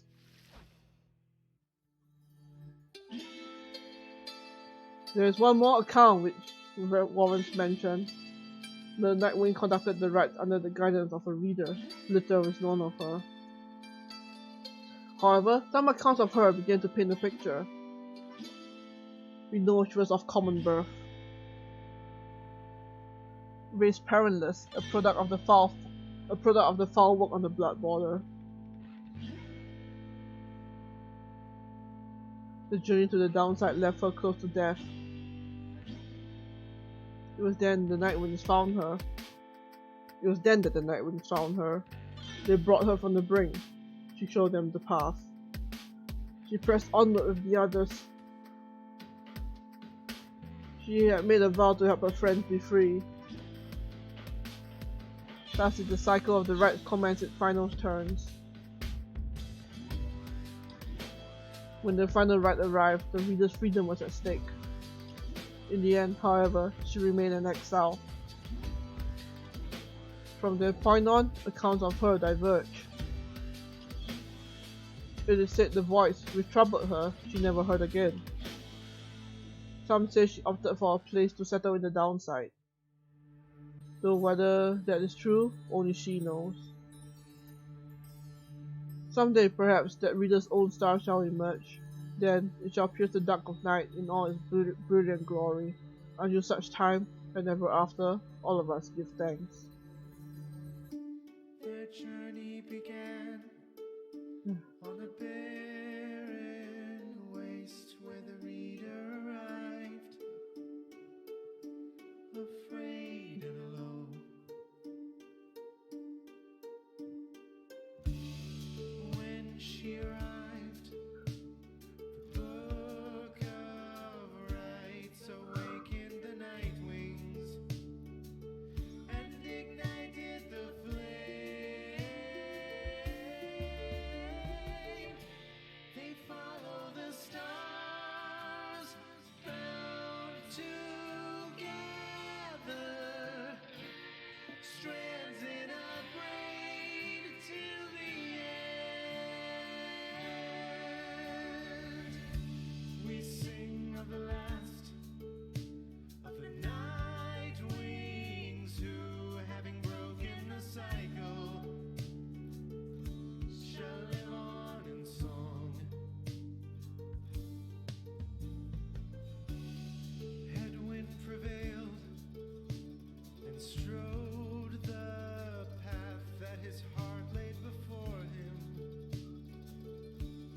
has found his way home. Captain Joe Dariel, mother to many a foundling, she has found her way home. Oh. Rookie Greentail has proved his worth and returned to his family by the grace of the scribes. They follow the stars bound together. The cool part about this is that the ending song changes depending on what happens to the characters. So it's really cool. The moon-touched girl hears the scribes in the world all around her. They have guided her home. Tis all the wise, ever faithful to the cause of the night wings. He remained to the end. Yeah, it does. Sir Gilman the bold, duty bound to honor the night wings. He remains to the end.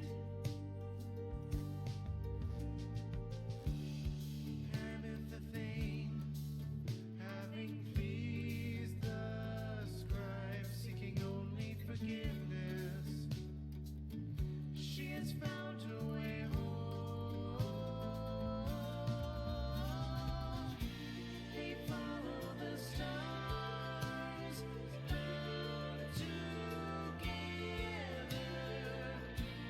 strands in a braid till the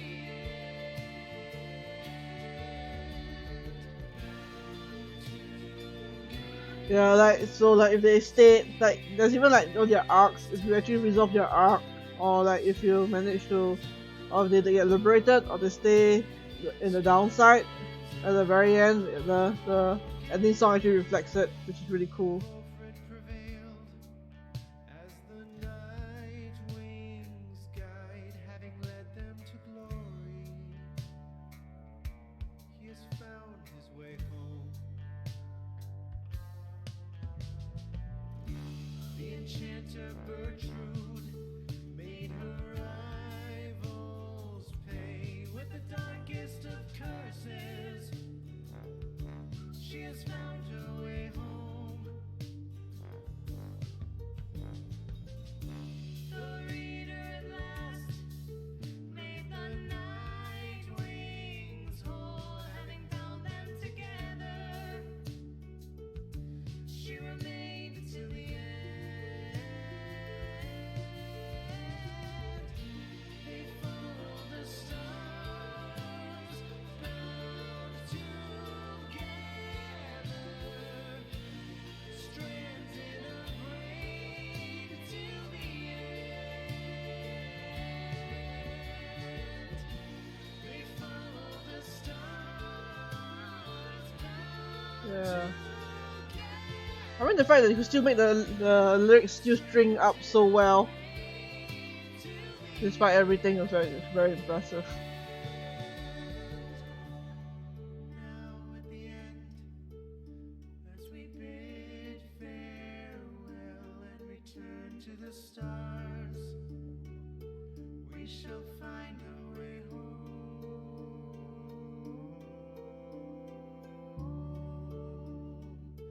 We shall find our way home.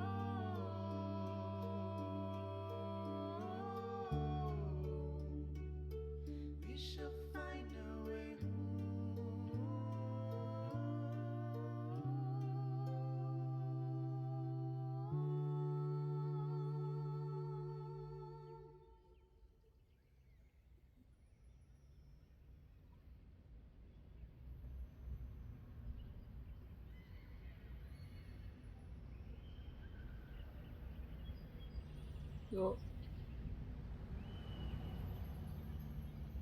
the liberated, the new Commonwealth, the Saharan Union.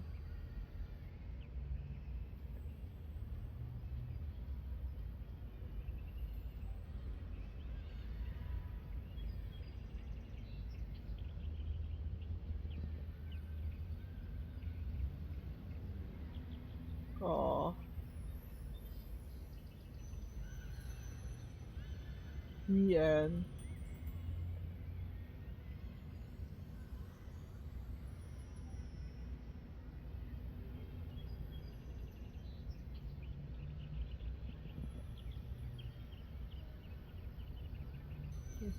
True Nightwing campaign mode unlocked.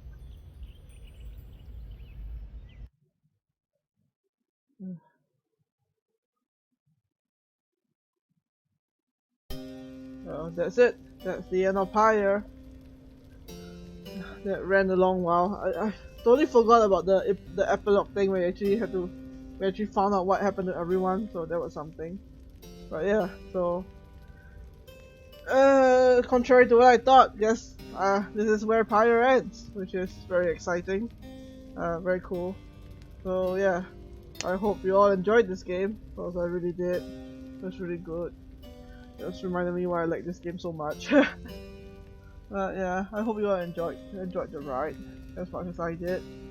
And so I did not think that this would actually be the end, so I actually have not thought about what game I want to go next. Especially since Anime Expo is so close, and so I can't really do a new series. Yeah, True Nightwing is very different. It's like True Nightwing is like the real challenge, but you know.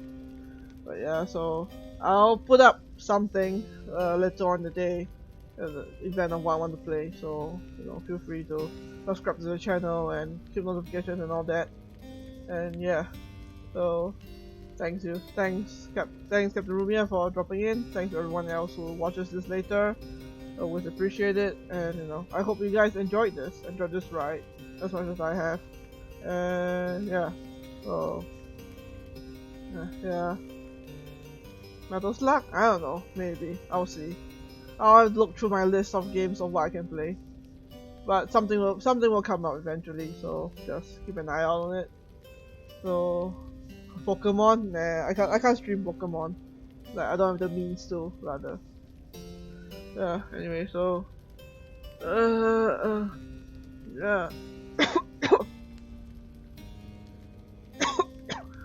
But yeah, sorry, throat is just very dry after everything. Sorry for all the coughing. My throat got really dry at the end because there was a lot of reading.